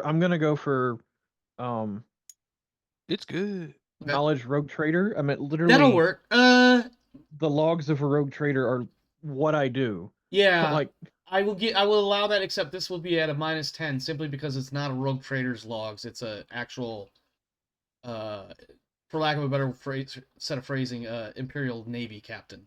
So there's similarities, but there's going to be I differences. thought the person who set up the treasure galleon and stocked it full was a rogue trader in your preamble or in your lore dump. I'm pretty sure it was not, but let's take a look really quick and see what's in here. Go back to your first lore dump on the rock. Yeah, that you I'm gave looking us at the it name- right now. The rock that you gave us the name of that spoiled which story module you were using. While he's doing that, So it is among their number was Lorcanus Rin, a great warlord and free captain. So not quite the same as a rogue trader, filled with bloodlust and greed, but also an unwavering faith in Drusus and the Emperor. At the helm of his grand cruiser, the Righteous Path, he was a scourge of 100 worlds, carving out a bloody path before him as the Crusade conquered world after world.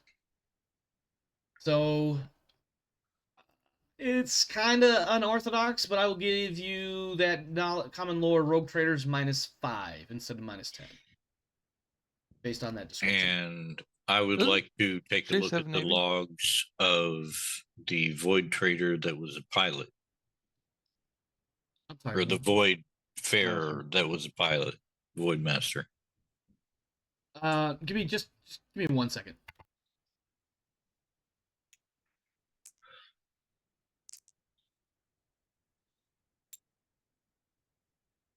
I thought one of us It- had Scholastic Navy. Do they not? Jace has Navy.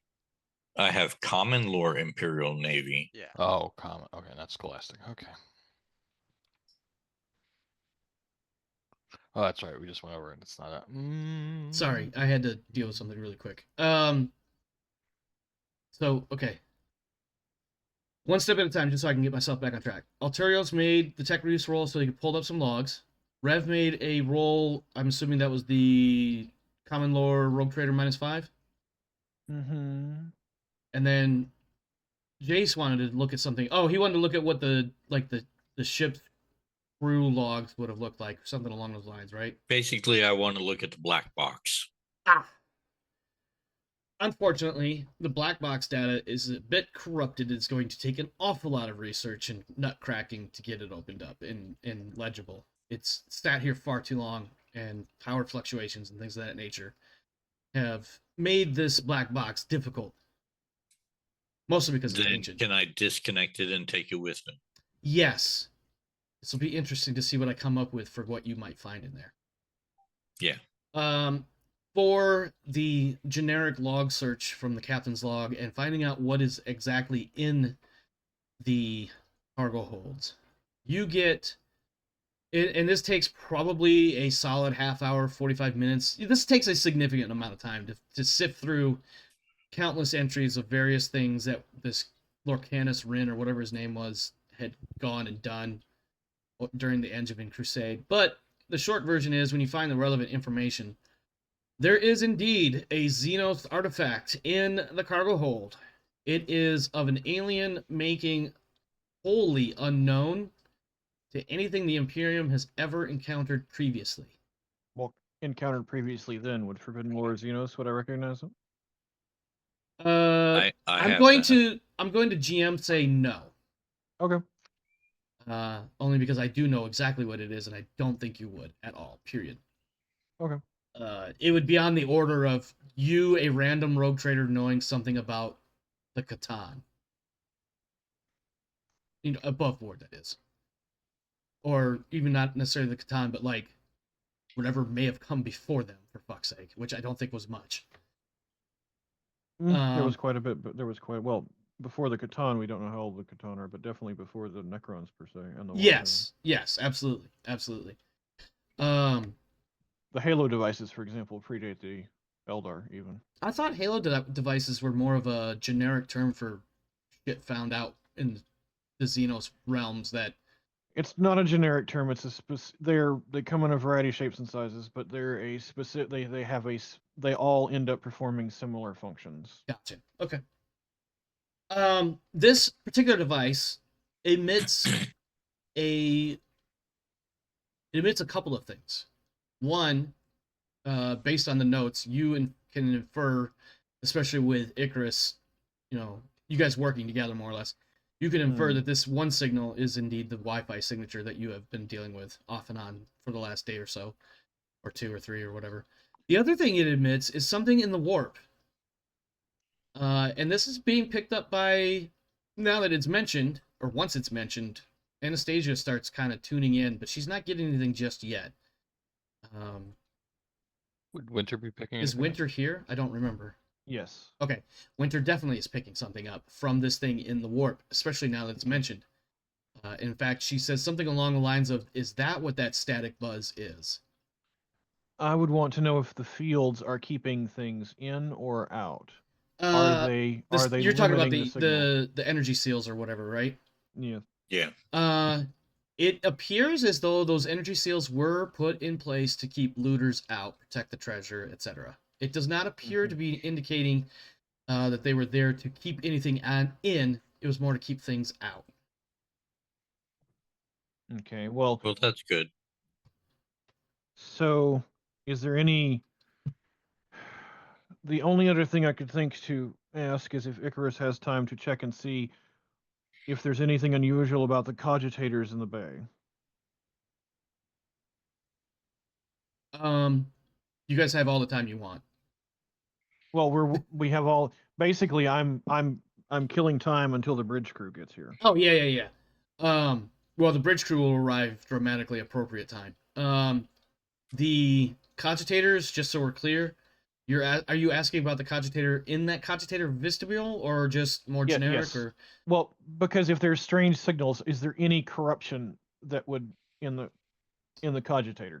I'm looking to see if the hey, machine Chris, I'm sorry spirits to keep are making you healthy. do generic tech use roles here. Scotty from engineering, I need you to do engineering things, but I need you to make another tech. Cam. I don't got the power. Give me another tech use, please. I'm sorry. I'm wanting to know if the machine spirits are healthy or corrupted, basically. 'Cause that's what we'll be able to tell. From Yeah. that. So what you Oh, get, wow. Icarus, is as you peruse the various let's put it this way: you commune with the machine spirits of the cogitators and other systems here on the bridge, and there's a general feeling of dirty. We need a shower, maybe with a hard bristle brush to get all the gunk out, but otherwise they seem fine. Also, you get a bunch of binaric reports that, in the manner of the Adeptus Mechanicus, things are at exceedingly unacceptable levels of inefficiency. Like, everything is running at about 97.89% efficiency, which, as you know, is completely fucking unacceptable. How dare you let it drop so low? I just want to point out, by the way, that fucking at my job, we kind of have like this mandatory delivery standard of like 99.5% accuracy on the first attempt. And I'm just like, that's fucking high as shit. But then I think about, well, hold on, how many packages go out every day from this one building? I think that's doable. Yeah, I just had a delivery package. There'd probably be like an eye twitch. It'd be like Yeah. these cogitators are they're working, but they're so inefficient. Please, you got to send more people down here. That's not Six Sigma. That's not Six Sigma. Yeah. Icarus, you know, because you've already been dealing with it, that more than likely a solid reboot and maybe not necessarily a line-by-line scrub of the code is, maybe a quick perusal of the various functions, and a hard reboot is probably what would be needed to fix it. But that would only be for now because the Wi-Fi signal is still here. Yes. Mm-hmm. But also to note that it's been here for approximately 2,000 years, and this is the worst it's done, so, The one last thing I would ask for is if it's all possible, possibly on one of your servo skulls, to get some sort of copy of the current damage assessment to the ship that we can take with us for perusal. Another tech roll. Isn't that what I got the black box for? Well, the black box. I feel like the black box would have like. Let me just make sure I'm not missing anything that you're looking for. The black box is going to have like navigational data and communications data, and like what for however long it was running. And then what did you want on top of that? A damage report? Right. So yeah, basically a damage report to see where and what level of damage there is to the ship, as best the sensors are able to determine. Chris, the ship. I'm not going to make you make another tech use roll. It feels a bit crunchy at that point. I think it doesn't take much work to eventually get. It's going to be a lengthy list because it is in binaric, which of course is data compressed.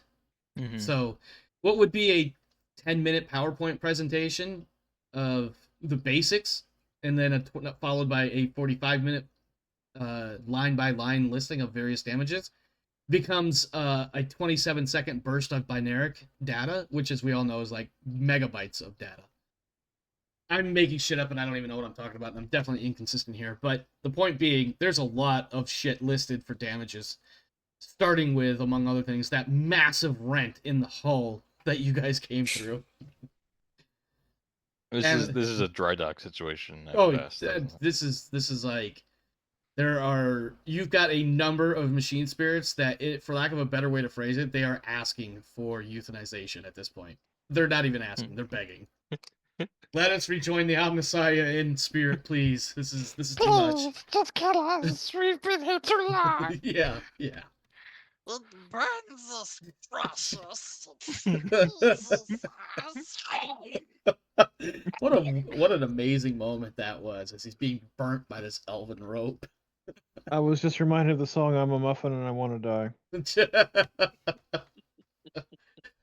But yeah, what do we do? As your, Well, let me rephrase that. What would you like to do as your replacement tech priest extra shows up, along with more security people to keep him alive? um, uh, I must have Winter clue the tech priest in on her telepathic communications in case radio transmissions get funny down near the shields, and Sure. link everybody up and head down to. I don't have her sheet open, but I'm gonna go with something like a 50% or 60% chance of passing and not having demons. No, Yeah, we're good. that's.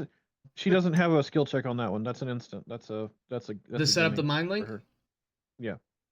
Okay, yeah. Well, in that case, she got a free mind link roll for no reason. But yeah, she's good. Yay! You guys are now running Yay! around. I do remember. You She guys, gets now a you guys gimme are for all that. running around inside each other's heads. It's getting loud in here. Got telepathic comms. All right, and then you head on down to the cargo hold. Flashbacks to him. Clear comms, please. I said radio In the silence. meantime, Reinhardt is singing directly into. Who would Reinhardt want to annoy? I don't know. The other random ass tech freaks that showed up. I've only suggested that just because it would be funny if he tried that shit. I think Reinhardt will be singing to the troopers in his head. Oh wait, no, they're not part of the mind link. Just the party. You know what? Okay. He'll be serenading the captain. There you go. Oh, I wish I were an Oscar Mayer Wiener. Yes, that is what I truly want to be. After Sure, the if I was an Oscar Mayer Wiener, everyone would be in love with me. That's After fucking the creepy. after the fifth repeat of the song, I reminded my armsman. Yeah, I I do pay your paycheck. yeah.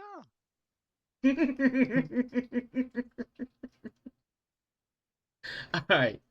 You arrive at the cargo hold, so identified by yet another dusty placard on the bulkhead next to a portal. The portal, of course, is just a door. It's nothing crazy. Don't get reading into it. You do faintly hear the well, you probably feel it more than you hear the faint thrumming of the energy seals. But you can at this point call up to the bridge and be like, "All right, turn that shit off so we can get in here and see what this thing is," or I would however you want to do it. tech priest, please power down. Actually, I would say Icarus. I believe now is the time to tell your subordinate to shut the shields down. I'll relay that. Honor the chain of command. I don't speak to the subordinates. Of subordinates. How dare you speak to subordinates? That's not their lane. Yeah, the tech priest. You guys have a brief conversation over the comm link in binaric. It's very brief. It's 1980s modem sounds for about 15 seconds. Excellent. I believe we were also making fun of the crew in that time. Yes, absolutely, absolutely. These fucking the flesh. Here it is, probably something like, man, the flesh really is fucking weak. Holy shit, have you seen these people? and then, oh yeah, turn that thing off for the Lord Captain, would you please? Yeah. Meanwhile, everybody else is just like modem sounds. That's all I hear. Modem sounds, and somebody singing about a fucking wiener. Shields drop, and you can enter the cargo holds now if you would like. Do we see upon entering the cargo hold the object in question that is readily apparently large and readily apparently Xenos in origin, or does Yeah. Winter be like it's there? Oh, she is aware that the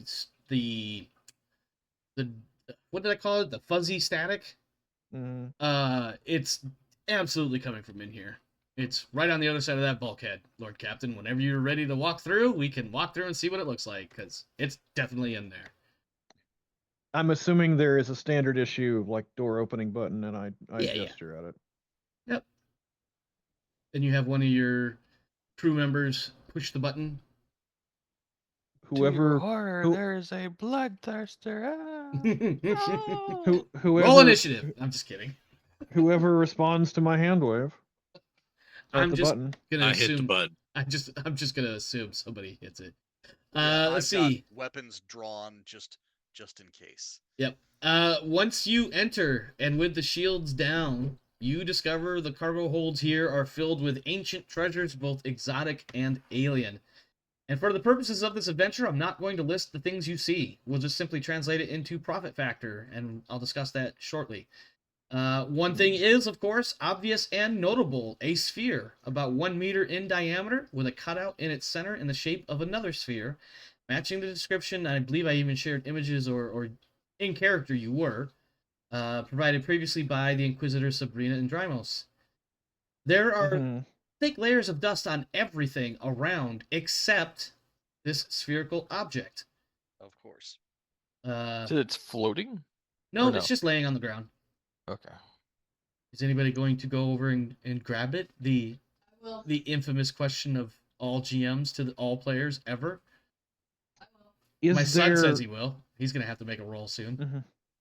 Is there any sort of box or container in the vicinity that is empty? I feel like you can absolutely fashion some sort of containment device for this thing on the stuff Not in containment. here. I'm just looking for like a potentially like empty crate Yeah. or easily Yeah. emptyable crate. A sack, a crate, a box, a flappy bit of cardboard over yonder. More. I'm looking for at the very least wooden crate. Yeah, I think. But I mean, I think you might have to deconstruct another wooden crate in order to make this happen. Wood. But yeah. I thought I might have to simply take some items out of a crate that appeared more innocuous. You know what I mean? Yeah. Mhm. Repurposing. So Trusting your cargo to wood instead of something like ceramite. well, Yeah, how dare whatever The flesh crates or is weak containers indeed. available. I'm not necessarily looking for any wood. Would actually be more expensive than Yes, it Yeah. would. No ceramite. pun. But I'm who's looking picking the thing up to put it in the I'm crate. not touching. Not you. I was tricking my son. I know. Every time I ask who's I have picking a it up, he's like, question. I will. Go ahead. Can I make a Forbidden Lore Xenos about this thing? Absolutely. I have no idea if you're going to get anything, though. Oh, so I couldn't when I was looking at the data about how he picked it up where I had more information in hand, but I could just look at it and try to make a Forbidden Lore Xenos. Hold on. Let's do Darius's roll first, and then I'll handle whatever Rev just said. I think what Rev just said had to do with what I was trying to do. Okay. Well, then somebody take my hand and walk me through this valley of darkness. Rev thinks he should have had a roll back when it was being described as the content in the cargo hold.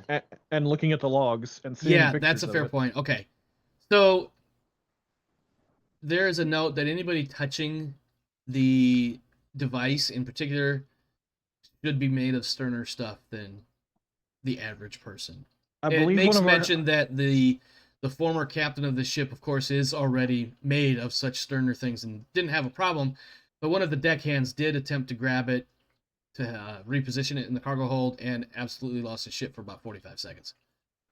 Well, I'm going to And then made a say- full recovery later. I'm going to say, Winter, I believe that you are uniquely resistant to many arcane and mysterious energies. Would you be so kind as to place that in this box? I'll let you borrow my recoil gloves if you like. Let me see what her willpower is. 54. No, it's higher than mine. Well, she is a psyker, and willpower is She- a I was thing. And going to say, she psychers gets with in it- low willpower don't last very long. Yeah. She also gets an additional resistance to Oh, she's gonna fate point that. Much better. Much fucking better. Fate point. Yes. She grabs it after she takes a moment to like steady herself and kind of like, deep breath. Maybe a fear is the mind killer. I will not fear whatever. She grabs it, and as soon as she touches it, she just freezes for about 15 seconds. Doesn't respond to anybody saying it or doing anything. And then she kind of like shakes herself, stands up, walks over and puts it in the box. I'm And then she closing the says, box. and then she says, I suppose you're going to want to know what that was about. All in good time, and I close the box and slap the seal of the Inquisition over the opening, over the essentially latch. So there is a big sign. There is now a parchment with a big red seal that says, "This is the property of the Inquisition." Do Okay. not touch. Do not touch Under on pain of death pain. and loss of soul. Yes. Under pain of pain. Yes. Okay. So you have the thing, and you have the treasures in the ship. And there's no treasures that catch my eye. Was there meant to be something that caught your eye? Anything in particular? I don't remember. No. Okay. Yeah. Just feeling left out is all. Well, Brigadier will get over it. I mean, you got profit factor. Isn't that what you want? Yeah, Like, you get profit that's your whole factor. point of coming out here. Above the table, everybody uses profit factor, not just the rogue trader. I know, but I That's thought fair. He does have a point there, guys. Indeed. You know what? Omar- you know what? You know what? You know Omar, what? You know what you get? You know what you get? Rather- You know what you What get? do I get? You get a fucking what's the best quality? No, best craftsmanship power sword. Ooh. You're gonna need to charge it up though. You'll need to grab an iPhone charger, not just an iPhone charger, however, an iPhone 4S charger to power it up. Good luck. Omar, above the table, I'm not statted for melee. I Oh, can't help you that I randomly came up with a melee weapon and you weren't set up for melee. But there's Well, no. I was You're only before rank 2. before- You've got time. Before you started talking, I was going to say, Omar, since you had time to think about everyone else's, why don't we put a fill in the blank here and give you a little bit more time than off the cuff, something that I may or may not can use. And then before I could finish that thought, you're like, oh, you get a sword that you can't use. Rev, my weapon skill for melee is 25. Fair. I'm not using that X very much. Well, aside from If he has to use that axe, that's a problem. I mean, Alright. it's cool that it's like because I can do a power axe and then the dendrite axe for free, and maybe hit half the time, but like fair. All like- right. You said best quality or good quality? Best. Best Okay. craft. On melee Best is craft, power sword, fantastic. and there may or may not be some more shit. We'll see what I come up with. Okay. So, just so you're aware, Rev. I know extra points to hit. Yes, extra to hit and parry. Mm-hmm. Oh, is And- there a plus 10 on the swing as well? Yes, Nice. and if I'm not wrong, the power sword already has a balance trait or something like that Yeah. that gives it a bonus to parry. That sounds right. So it's a very good defensive tool for if something closes in with you, Mm-hmm. even if your skills aren't particularly good. Yeah. And lastly, I will say this. There may come a time when having a melee weapon will be more beneficial than not having a melee weapon. You can take that as a GM word to the wise. Hmm. Okay. I got my fists. I don't. Totally something I would expect Rev to say. I'm not gonna lie. I'll punch that orc. I'll I'm punch here. that motherfucker right in the teeth. Well, as one who has pistol and quick reflexes, I can basically use ranged weapons in melee. Sure, absolutely, absolutely. But you know what? It's always good to have a knife, whether to cut cheesecake or a throat. Okay. I think a Marine said that at some point, and I may have now butchered that. am carrying 2 power swords. Well, you have one that's better than the So- other, I imagine. I know. The Mordian pattern's distinctive styling adds a +5 bonus to parry for a total of +15. He didn't say what pattern though. You know what? Well, You know what? Mordian is You the fuck with standard me, one and you that's see in what the thing. you fuck with me, and you might get the Swiss Army version of the power sword. It's a power There's- sword and a spoon. There's a Burning Blade power sword in Into the Storm that's pretty cool. That actually sounds. And fits with your burning ammunition. All right, let me stop fucking with Rev. What are we doing here? We've got the treasure. We've got the big MacGuffin thing for the Inquisition. I feel Oh. like now's a good time to head back to your own ship. I was thinking of the Drusian pattern, but that's actually for chain swords. Were we ever going to roll the knowledge Xenos? Oh, to see. Fuck, I forgot. What was that roll for? To To see what this thing is. figure out what that thing is for. Oh yeah. Sorry. But my complaint was that on the bridge, you said there's no way you can know what this thing is. With the same skill check, we get down there and like, yeah, you can totally roll for that. Yes, that's a fair point. I mean, like, if it was just listed as weird alien sphere on the Fair. manifest. Yeah, I think that's the Alien best that you're gonna sphere. get. Unfortunately, is whatever Andrymos gave you, the Inquisitor, which wasn't a hell of a lot, and the fact that somebody has a log entry as weird Xenos sphere thing with radio signals and potentially a warp connection locked in the cargo hold forever. It's a psychic orb. It's something I totally made up one day and said I'm gonna run with it. So It's I the turn orb to that the Winter captain and ponders. go, well, now that it is sealed, what was that 15-second delay for? She looks at you and smirks a little bit, and then goes into this discussion or description that is not at all sounds like I'm reading off of my notes. In the void of space, a blue-green world ripe with life.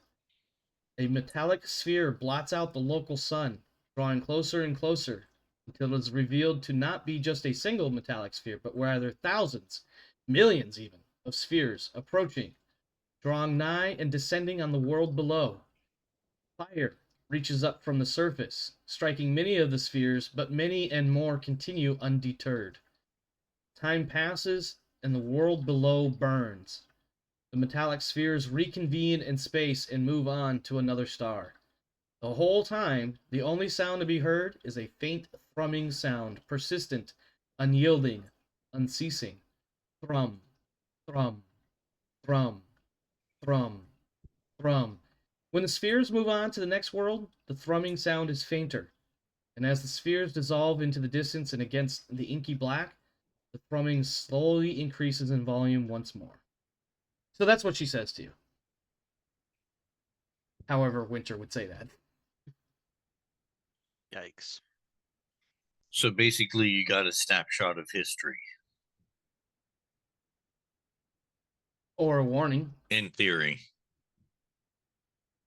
I suppose a snapshot of history's not far off, but I have no idea when or where that was. Or will be. Right. Because as we all know, time in the warp is anything but linear. Yeah. So, take what information we can. Pack up as much as we can. Did any of the database suggest that there was anything else? Because as I recall, in your description, this entire ship was hollowed out to be a treasure carrier, so there should be a significant amount of goods on There board is this a ship. significant amount of goods. It's going to be translated into profit factor. So, however long it takes us to move all that, I start organizing those Yep. efforts. I'm probably do Imperial shuttles have anything other than Mark I eyeball in terms of sensors? No, they have some decent sense. I mean, they're not necessarily as sophisticated as a starship, but I'm some probably sensors. since we're in a bit of a vulnerable position, fixed position, I'm probably sending out some shuttles to act as essentially sensor pickets. Yep. Hang on, I'm updating some notes. Give me a second here. And commencing with salvage operations, I also want to keep correlating major damage to systems. I'm essentially wanting to evaluate and set up notes based off of the data we've already taken for the feasibility and cost of a full repair and refit, how much crew would be needed, how much material, is it even feasible to get this ship up and running at some point in the future? I think so. Kind of collage moment. We see shuttles coming and going, crates being loaded, later unloaded off the shuttles onto the Acheron's ferry, and then the shuttles come back. We see plenty of moments of the player characters on the bridge, various other sections of the Righteous Path. Sometimes there's oxygen, or excuse me, sometimes there's atmosphere, sometimes there isn't. Sometimes you guys are just literally standing on the hull. We get shots of people pointing at things. We've got shots of Icarus and the Lord Captain working with data slates, updating various notes. Every now and again, even Marcellus Thale comes down in his role of knowing a lot of things about salvage and whatnot. By the end of it, the end state is that the damages are so significant, and the effort required to come out here with the resources to extract this ship and try to put anything back together just to make it back to Footfall, the cost is astronomical. It's even outside the range of a couple of rogue traders working in conjunction. The logical conclusion I think that Icarus comes up with at some point is a $ figure. Well, in this case, Gelt Throne sign figure that is in the millions and quite unreasonable to expect. And at one point, one of your random Engineer junior enlisted people suggests something about just nuking it from, well, he doesn't say orbit, but I'm going to say orbit because of the meme. Well, what I would actually suggest simply for feasibility is there anything left? Is the main reactor for the ship functional? It seems that once you turned off the energy seals around that the orb or whatever, that in order to try to turn the power back on for either the seals or just the power in the ship in general, it The would. main reactors. Yeah, I'm sorry. I'm running multiple directions in my head. When you turned I'm off the wanting to see if it. hang on. I'm wanting to see if it'd be feasible to overload the main reactor. Oh, overload the I'm not a nuclear engineer. I'm just gonna say yes. Okay, so it has enough power generation that we could essentially use the ship to destroy itself. Yeah, I don't know. I'm just gonna go with yes because I don't know how that would work with what's in my head. So I'm just gonna hand wave and say yeah, it can blow itself up. Like probably try to turn the power on and then remove all of the cooling safeties, and then it just overheats, melts down, slags everything. That said, if we could get enough like shipwrights and stuff, I'm sure that this is quite a nice ship. Right, but then we're also still back in the millions of Krone Gelt or whatever the fuck it's called. Like, Yeah. such an expense that nobody Well- is gonna bless off on this. Well, that's what confuses my character as someone who's experienced with ships and whatnot. Unless the ship is completely broken in half somewhere, if the frame is still intact, But it's Then- not. So think about a breach is not the same as the frame. You're right. No, However, no. He said this ship it is was almost basically entirely split snapped in half. Yeah, it's so Okay. imagine a log that you have not quite sawed all the way through. Okay, It's gone through the But- heartwood at the very least. right. So it would have to be basically the expensive part would be getting at least one major ship here to pull it off the asteroid into space where it could be more easily repaired. And and then enough work done to tow it to a better facility like an actual dry dock, or the Right. the space version of a dry dock. Actually, I think they're still called dry docks, but you get the idea. Yeah, like the recovery process is such an exorbitant rate that it would be even the administrative or the Adeptus Mechanicus is be like, we would be better off sending a ship out and literally cut it into smaller pieces and then melt the shit Harvest down. for parts. Exactly. That would be, and even that, the cost of that, as far as like when you look at like the time and labor, is really fucking high for potentially not much on the return.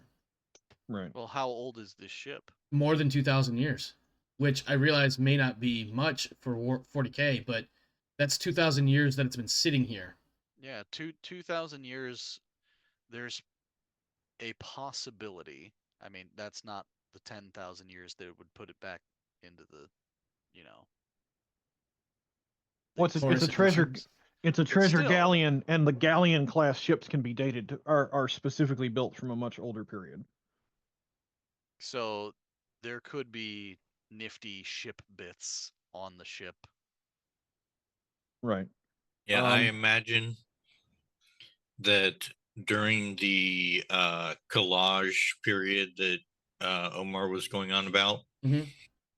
that myself and Icarios will be looking around for anything that can be salvaged from the ship itself, Yeah, and Yeah. you'd probably not find just the treasure hold.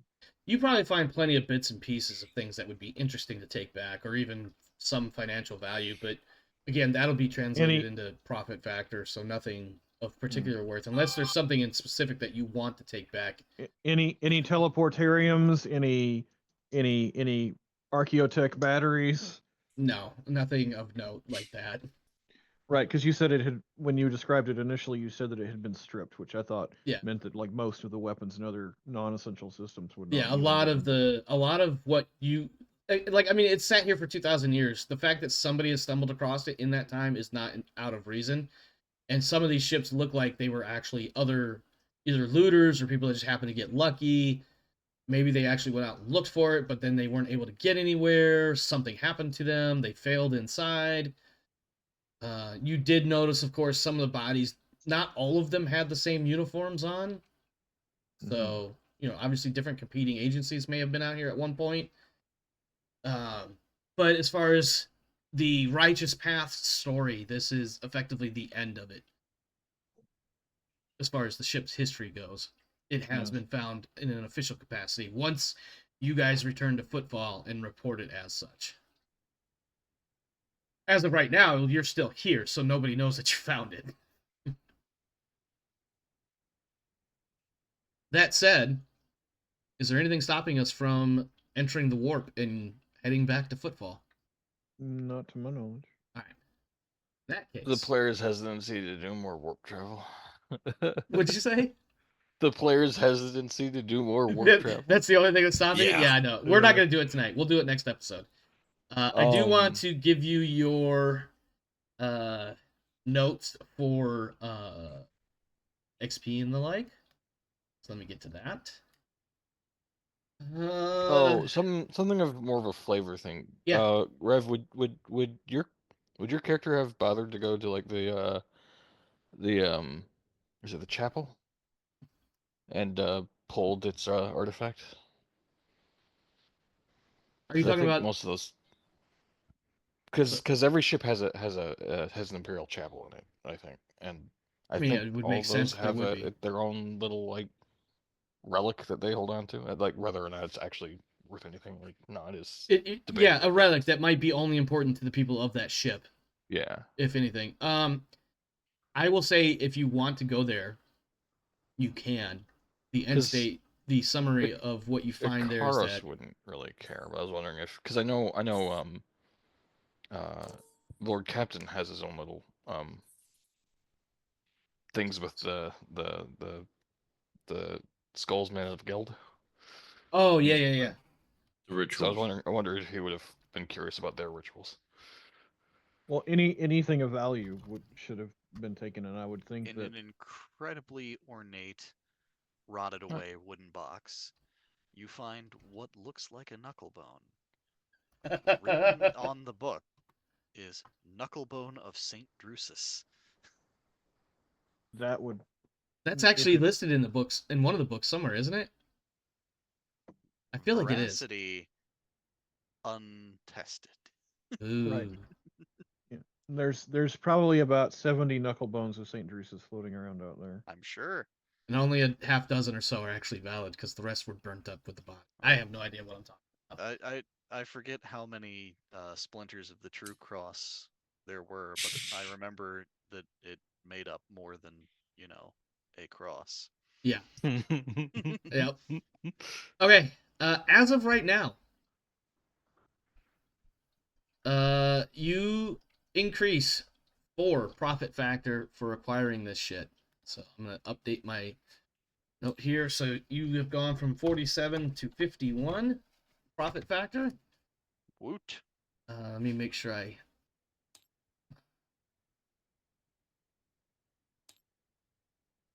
may have to fix my board. You also receive 600 experience points for completing this endeavor and the Segmentum. Now, this does not include. You still have to obviously make it back to Footfall in order to turn in and get additional rewards based on promises made to various entities. Yep. Are there any additional, like, I'm particularly as we're moving things, I'm trying to note out for any other xenotech amongst Nothing Plunder of. Xenos worlds I think should have what some xenotech. I think what you see is that there are some parts of the ship where there might have been additional cargo held, and you do remember from the various descriptions of the ship that a lot of the ship had been dismantled in order to make room for more cargo or more treasure, especially Xenos in nature. But unfortunately, it looks like what you see is mostly standard gems, jewels, coins, random bits of this, that, and the other, and of course the weird warpy psycho thing. So someone else has already looted the ship and just couldn't get through the force fields. It would appear that way, or maybe some of the tales have been exaggerated over time. Because that never happens in 2,000 years. Death were highly exaggerated. Exactly. All right, so 600 experience points plus 4 profit factor. You still have to get back to Footfall to turn stuff in to people to close out the deal with the Casbalica and the Inquisition. Oh, I know what I was looking for. What? Is there a Xenos item called an Eldar Force Shield? There is not any Eldar equipment or things aboard this vessel. In fact, there's a note specifically in the log that stones, right? there, Jace may not see this specific line in the logs, but Icarus and the Lord Captain do. Eldar equipment found and later purged in a ceremony venerating the God Emperor. Oh. Well, because Xenotech Xenotech is heretical. Ain't having any of that pointy-eared crap. Yeah, it's actually funny that there was a Xenos object retained that you have found, but weird how that happened. Mm-hmm. They probably tried to destroy, but everyone who touched it went insane, probably. I mean, that's also a fair assumption to make. You're like, well, you know what? Maybe put it behind a locked door and don't let anybody go in there, and not speak of it to anywhere, including my logs. Wait, just for future reference. Yeah. The check that Winter failed until the fate point. Uh-huh. Would I know it was a willpower check, but what was the effect called technically? As in, what was she saving against?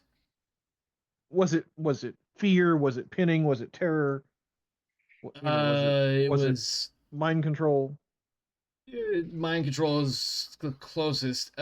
If you guys remember when you hit the crystalline structure, I made you guys do a willpower roll. That was to make sense of the flood of images that were hitting your brain. Okay. It was the closest thing we had to some sort of mental discipline type thing. Okay. No, and that's what she had to make that roll for. Okay. Well, just for future reference. Uh-huh. For any of the members of the cast, if you are in my presence and you fail a roll that results in some sort of fear or pinning, due to my presence and one of my attributes, you get a free reroll. Nice. Yeah, the failure on this would have been a few extra insanity points and not being able to understand the images that we're seeing, i.e. the vision. I need to go AFK just for a quick second, and when we get back, we'll do feedback and outro stuff. Give me just one moment. Can Reinhardt have a moment to research the trinket he got? Yes, let me handle that when I get right back. Give me like 2 minutes. All right. Do that. 3 hours later.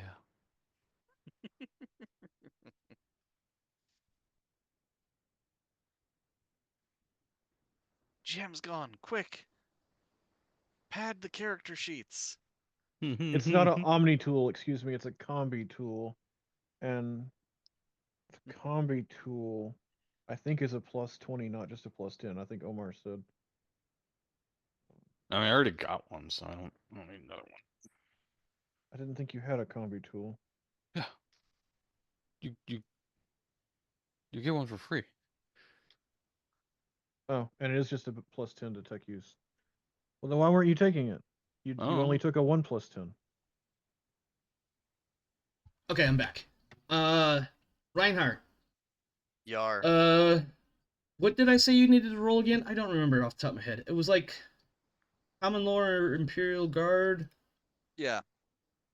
That But you was just what I happen to rolled roll the really first high time. with a fate point even.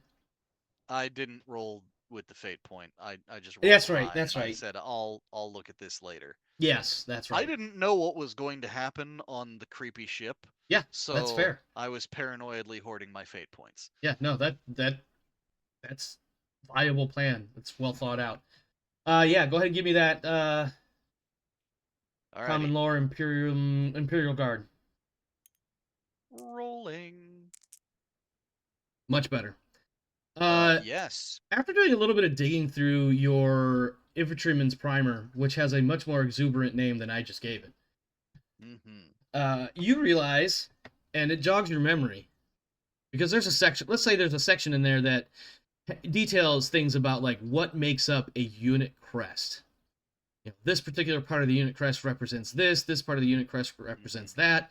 All units have a unit crest with various things on it representing various parts of that unit's history or its formation or its nomenclature, etc., etc., etc.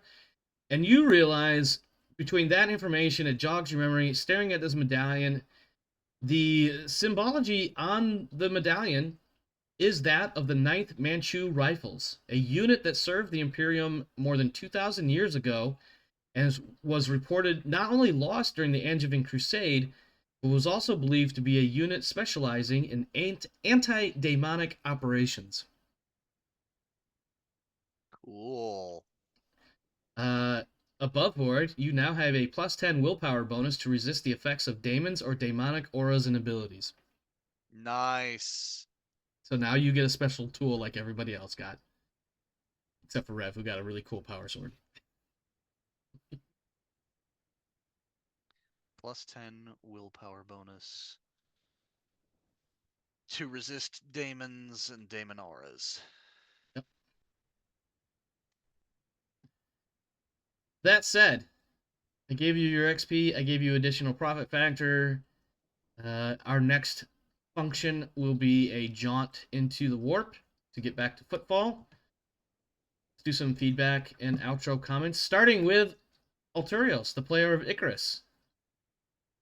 I had fun. That was a lot of tech rolls. Yeah, But there was, and I'm sorry for making it the same roll over and over.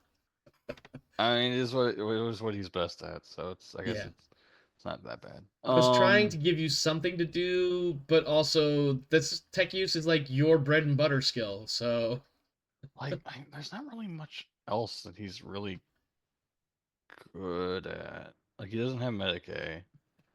Logic, maybe? Yeah, Literacy, logic. maybe? Yeah, we probably could have used logic once or twice somewhere along the way too, just because of the nature of it. But that was good. It was good. I liked tripping and finding a axe. That was very nice. Just picturing in my head now that you have one of those moments where I don't remember what movie this is in, but it's probably been in a couple of them where as you trip, you realize that as you catch yourself, you literally stop yourself from being decapitated by the axe with the blade facing upward. Oh, yeah. It's like, oh, hello, that's an axe. I actually had a moment like that recently. Oh, no. Oh, wow, that's scary as fuck. Well, you know the car trailers where they have the two things that come out and down? Yeah, so the outrigger can legs, yeah. roll onto it. Oh, yeah, okay, yeah, gotcha. Well, the lights don't illuminate very well, and the lights don't extend to the end of those tracks. Ooh. So I went out there and somebody had extended them so that they could get the car on onto the car hauler. Right. I tripped over one and came about this close to bashing my head in on the other one. Yeah, that checks Ooh. out. The spacing just happens to be just right. That's Yeah. rough. That's rough. Alterios, you got anything else you want to add? No, I'm good. Thanks. All right. Warner, feedback, outro stuff. What do you got? It was a lot of fun. I like the bespoke item. I am very fond of the description of the ship. It felt suitably creepy, and Reinhardt was totally on edge the whole time. And to be clear, Reinhardt, not Warner. Reinhardt. Oh, I was a little concerned, but Reinhardt has, not exactly shell shock, but Yeah. he Yeah. has feelings. Yeah, and he's got experiences that tell him that going into such situations is normally not, well, normal or generally a good idea, but sometimes they just have to be done. Yep. Especially when I'm getting paid. Yeah. Now I would imagine if I had thrown some orcs or, God forbid, that other rogue trader who has mysteriously disappeared in 15 episodes. Mysteriously. Whose only foreshadowing at this point has been strictly out of character. At any rate, what else you got? That's pretty much it. That's me. Alrighty. Darius, what do you have for outro and feedback comments? I appreciate the belt buckle. You're As you That, should. that was quite nice, welcome. especially since it protects the family jewels. That was an unintended. I didn't like. I was looking at. So I knew I wanted to do a belt, right? Initially, like it was a belt. Uh-huh. You pick up the belt, the leather part falls away. You're left with a belt buckle. Well, that's fine because the belt buckle is the cool part, anyways. It's the shield emitter. Right. And then I actually was looking like, okay, well, what shield am I going to give him? And I came up with the Salvation Shield. I was like, it might be a little OP, but fuck it, whatever, right? I start reading the actual description so I know what to expect to tell you. And it's like, it emits this field of force about 1 meter square. I'm like, so for a belt buckle, that's going to cover roughly from nipple to mid thigh, give or take, right? Yeah, that'll work. That'll be fine. He can always readjust it into something else later if he wants to. Or, I guess, as the case may be, continue protecting the future of your house. That's not a bad place to be armored. No, it is not. It absolutely No. is not. Let me tell you, there are people in the service across this planet that have served and lost various parts of their bodies because of where they were sitting or how they were standing. Yep. Also, if it goes down to mid thigh, you're protecting the more dangerous part of the femoral artery. Yes, that is also very, very important because that's the one that will kill you in about a minute. Oh yeah, you bleed out right quick. Yep. And the cool thing, well, not cool thing, but as part of your body's natural self-defense mechanisms, your veins and arteries and whatnot are elastic. So when it gets severed, it Oh yeah. it recoils. Whee! Yep, right back into the body. So it's even harder to find and close off. Yep. The things I learned because of my military service. Yeah. Anything else, Darius? I did like the description of the ship, and I especially like the I don't want to call it a paranoia factor, but You guys are expecting something to happen besides tripping Oh, over absolutely. special gifts for you. well, especially once you describe the one guy as being killed by acid, Yeah. and I'm like, wait a minute, what? Where'd that come from? A xenomorph on the ship? Yeah, exactly. Plot I was twist. waiting. Plot for, twist. This is the sequel to what tidbits. comes after the next season of the Alien RPG campaign. It's also about 40,000 years later. Yeah. Xenomorphs What's are this fucking really everywhere. super hybridized type of nid, and why do I hate it more than a normal nid? Other than that, it's nice having the profit factor. And And based on what happens at football, your profit factor will probably go up some more. yeah. Yay! You just got to get to football. The warp can be warpy. Yeah.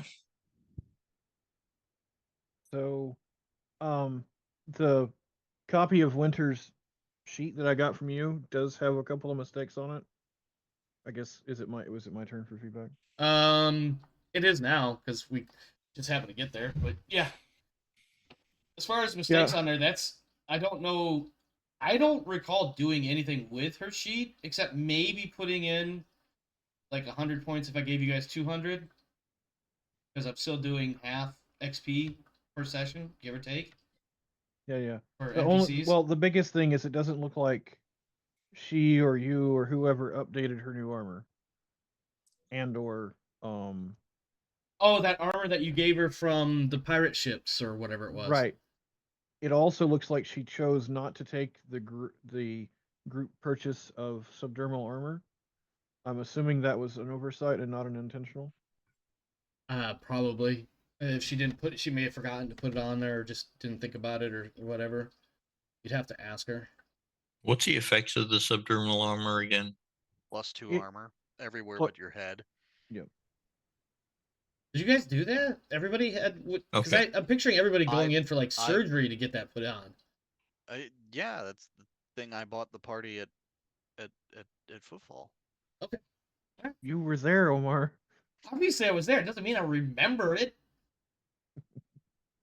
Again, because I'm like, did everybody choose to go through this surgical Well, that's what I'm saying. procedure? I think the easier thing is, did anybody choose? It was offered by Warner. Did anyone choose not to? I don't remember that, certainly. So, unless maybe Winter chose not to for reasons. I No, don't. we had an entire discussion about it. I unfortunately don't remember this, but that's not saying much knowing how my memory works. I definitely took it.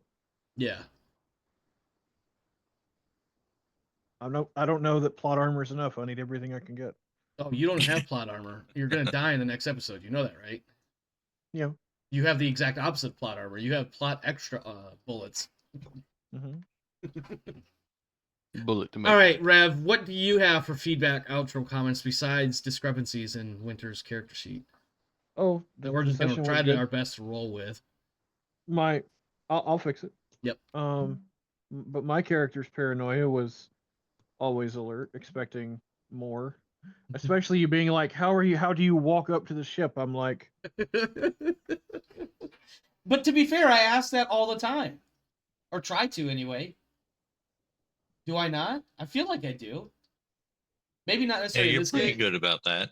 I've been trying to, because, and part of it is because not to red herring or throw you off, but in case there isn't the encounter, or just not even that. It's just I want you guys used to the idea of, okay, what is our marching order? What are we doing? What is next?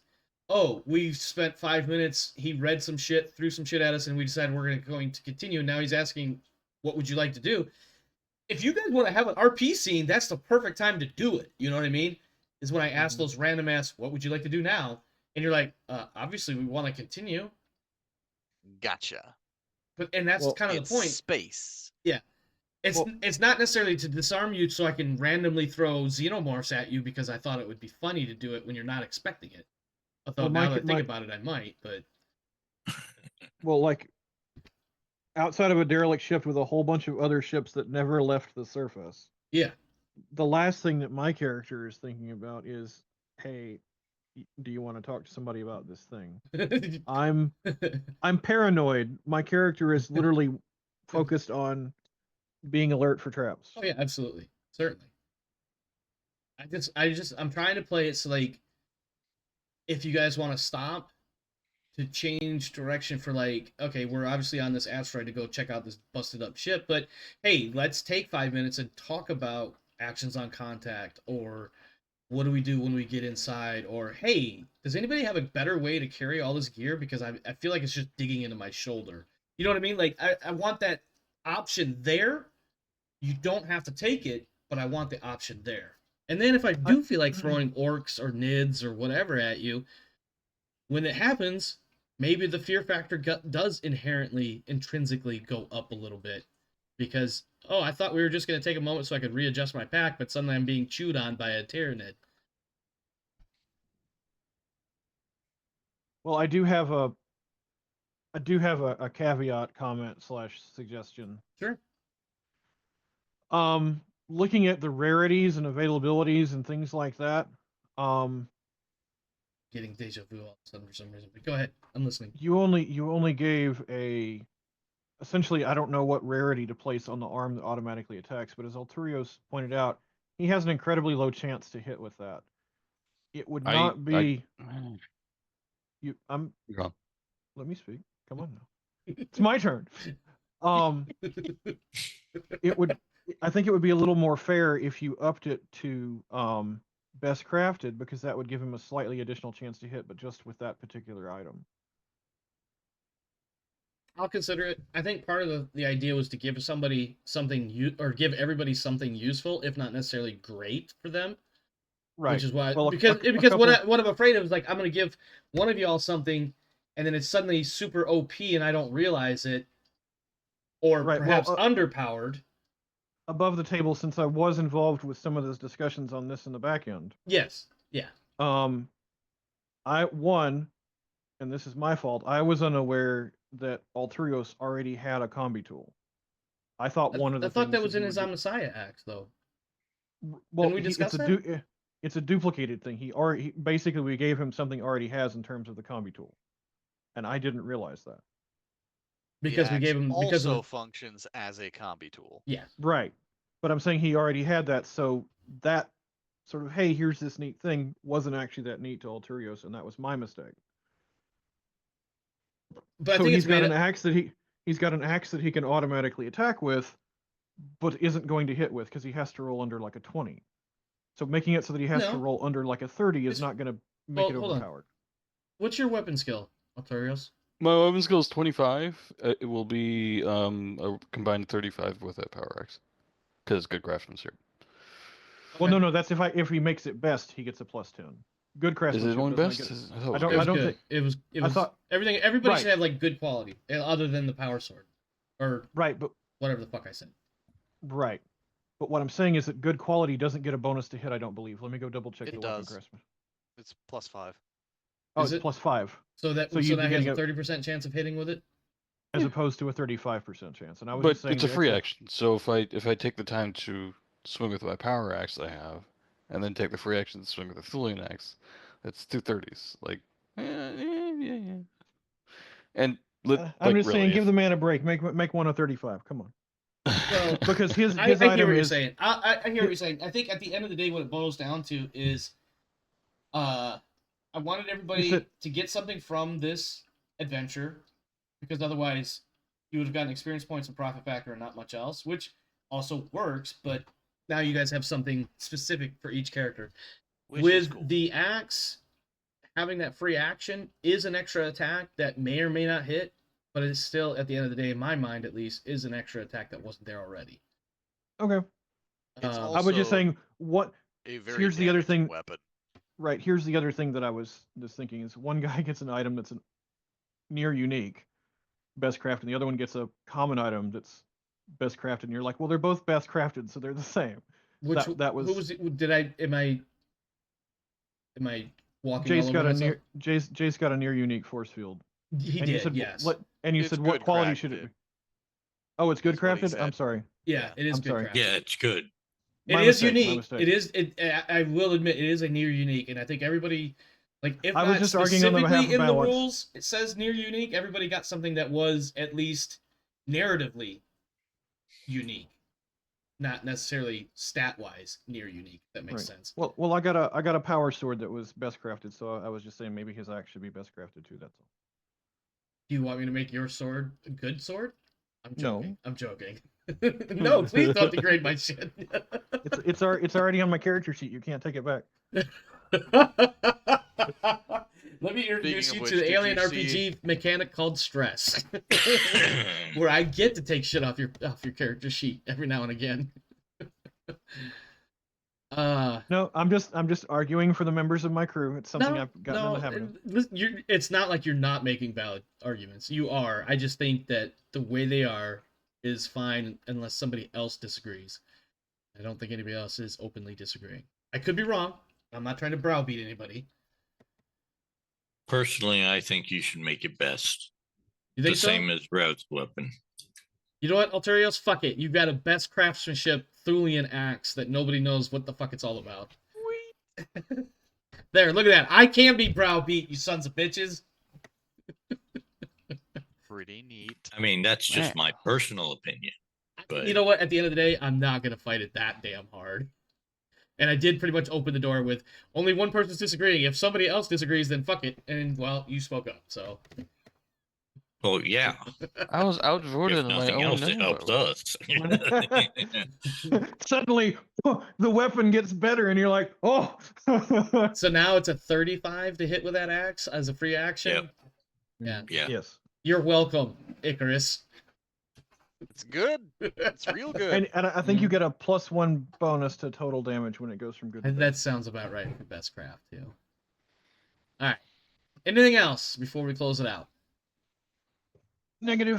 Just the irony of everyone else but me asking for that. I was just kind of weird. Yeah, Alterios is like, I didn't ask I was for nothing. happy with. I Yeah, I got know. You know what? demon Reinhardt resistant stuff.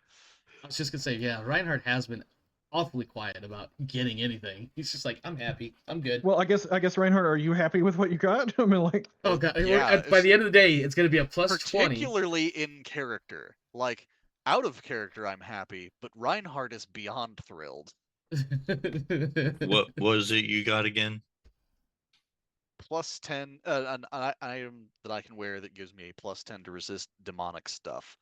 Oh, yes. Like, I'll Yeah. take that. I'll take Now- that all day. To be fair and clear, that does not affect warp entry willpower Right. rolls. That's the warp. One can That's not argue- specifically Because some a people game could argue that, well, it's the warp, therefore it's demonic energy, whatever. Nope. not exactly. Demons Yeah. only occupy a corner of the warp. You're right, and that's why I was saying that some people could argue it, but no, we're not going down that road. They could argue that, but they'd be wrong. Okay, yeah, that's also probably more grammatically correct. You are correct that best craftsmanship does add 1 damage to melee weapons. There you go. Oh, does it? Yes.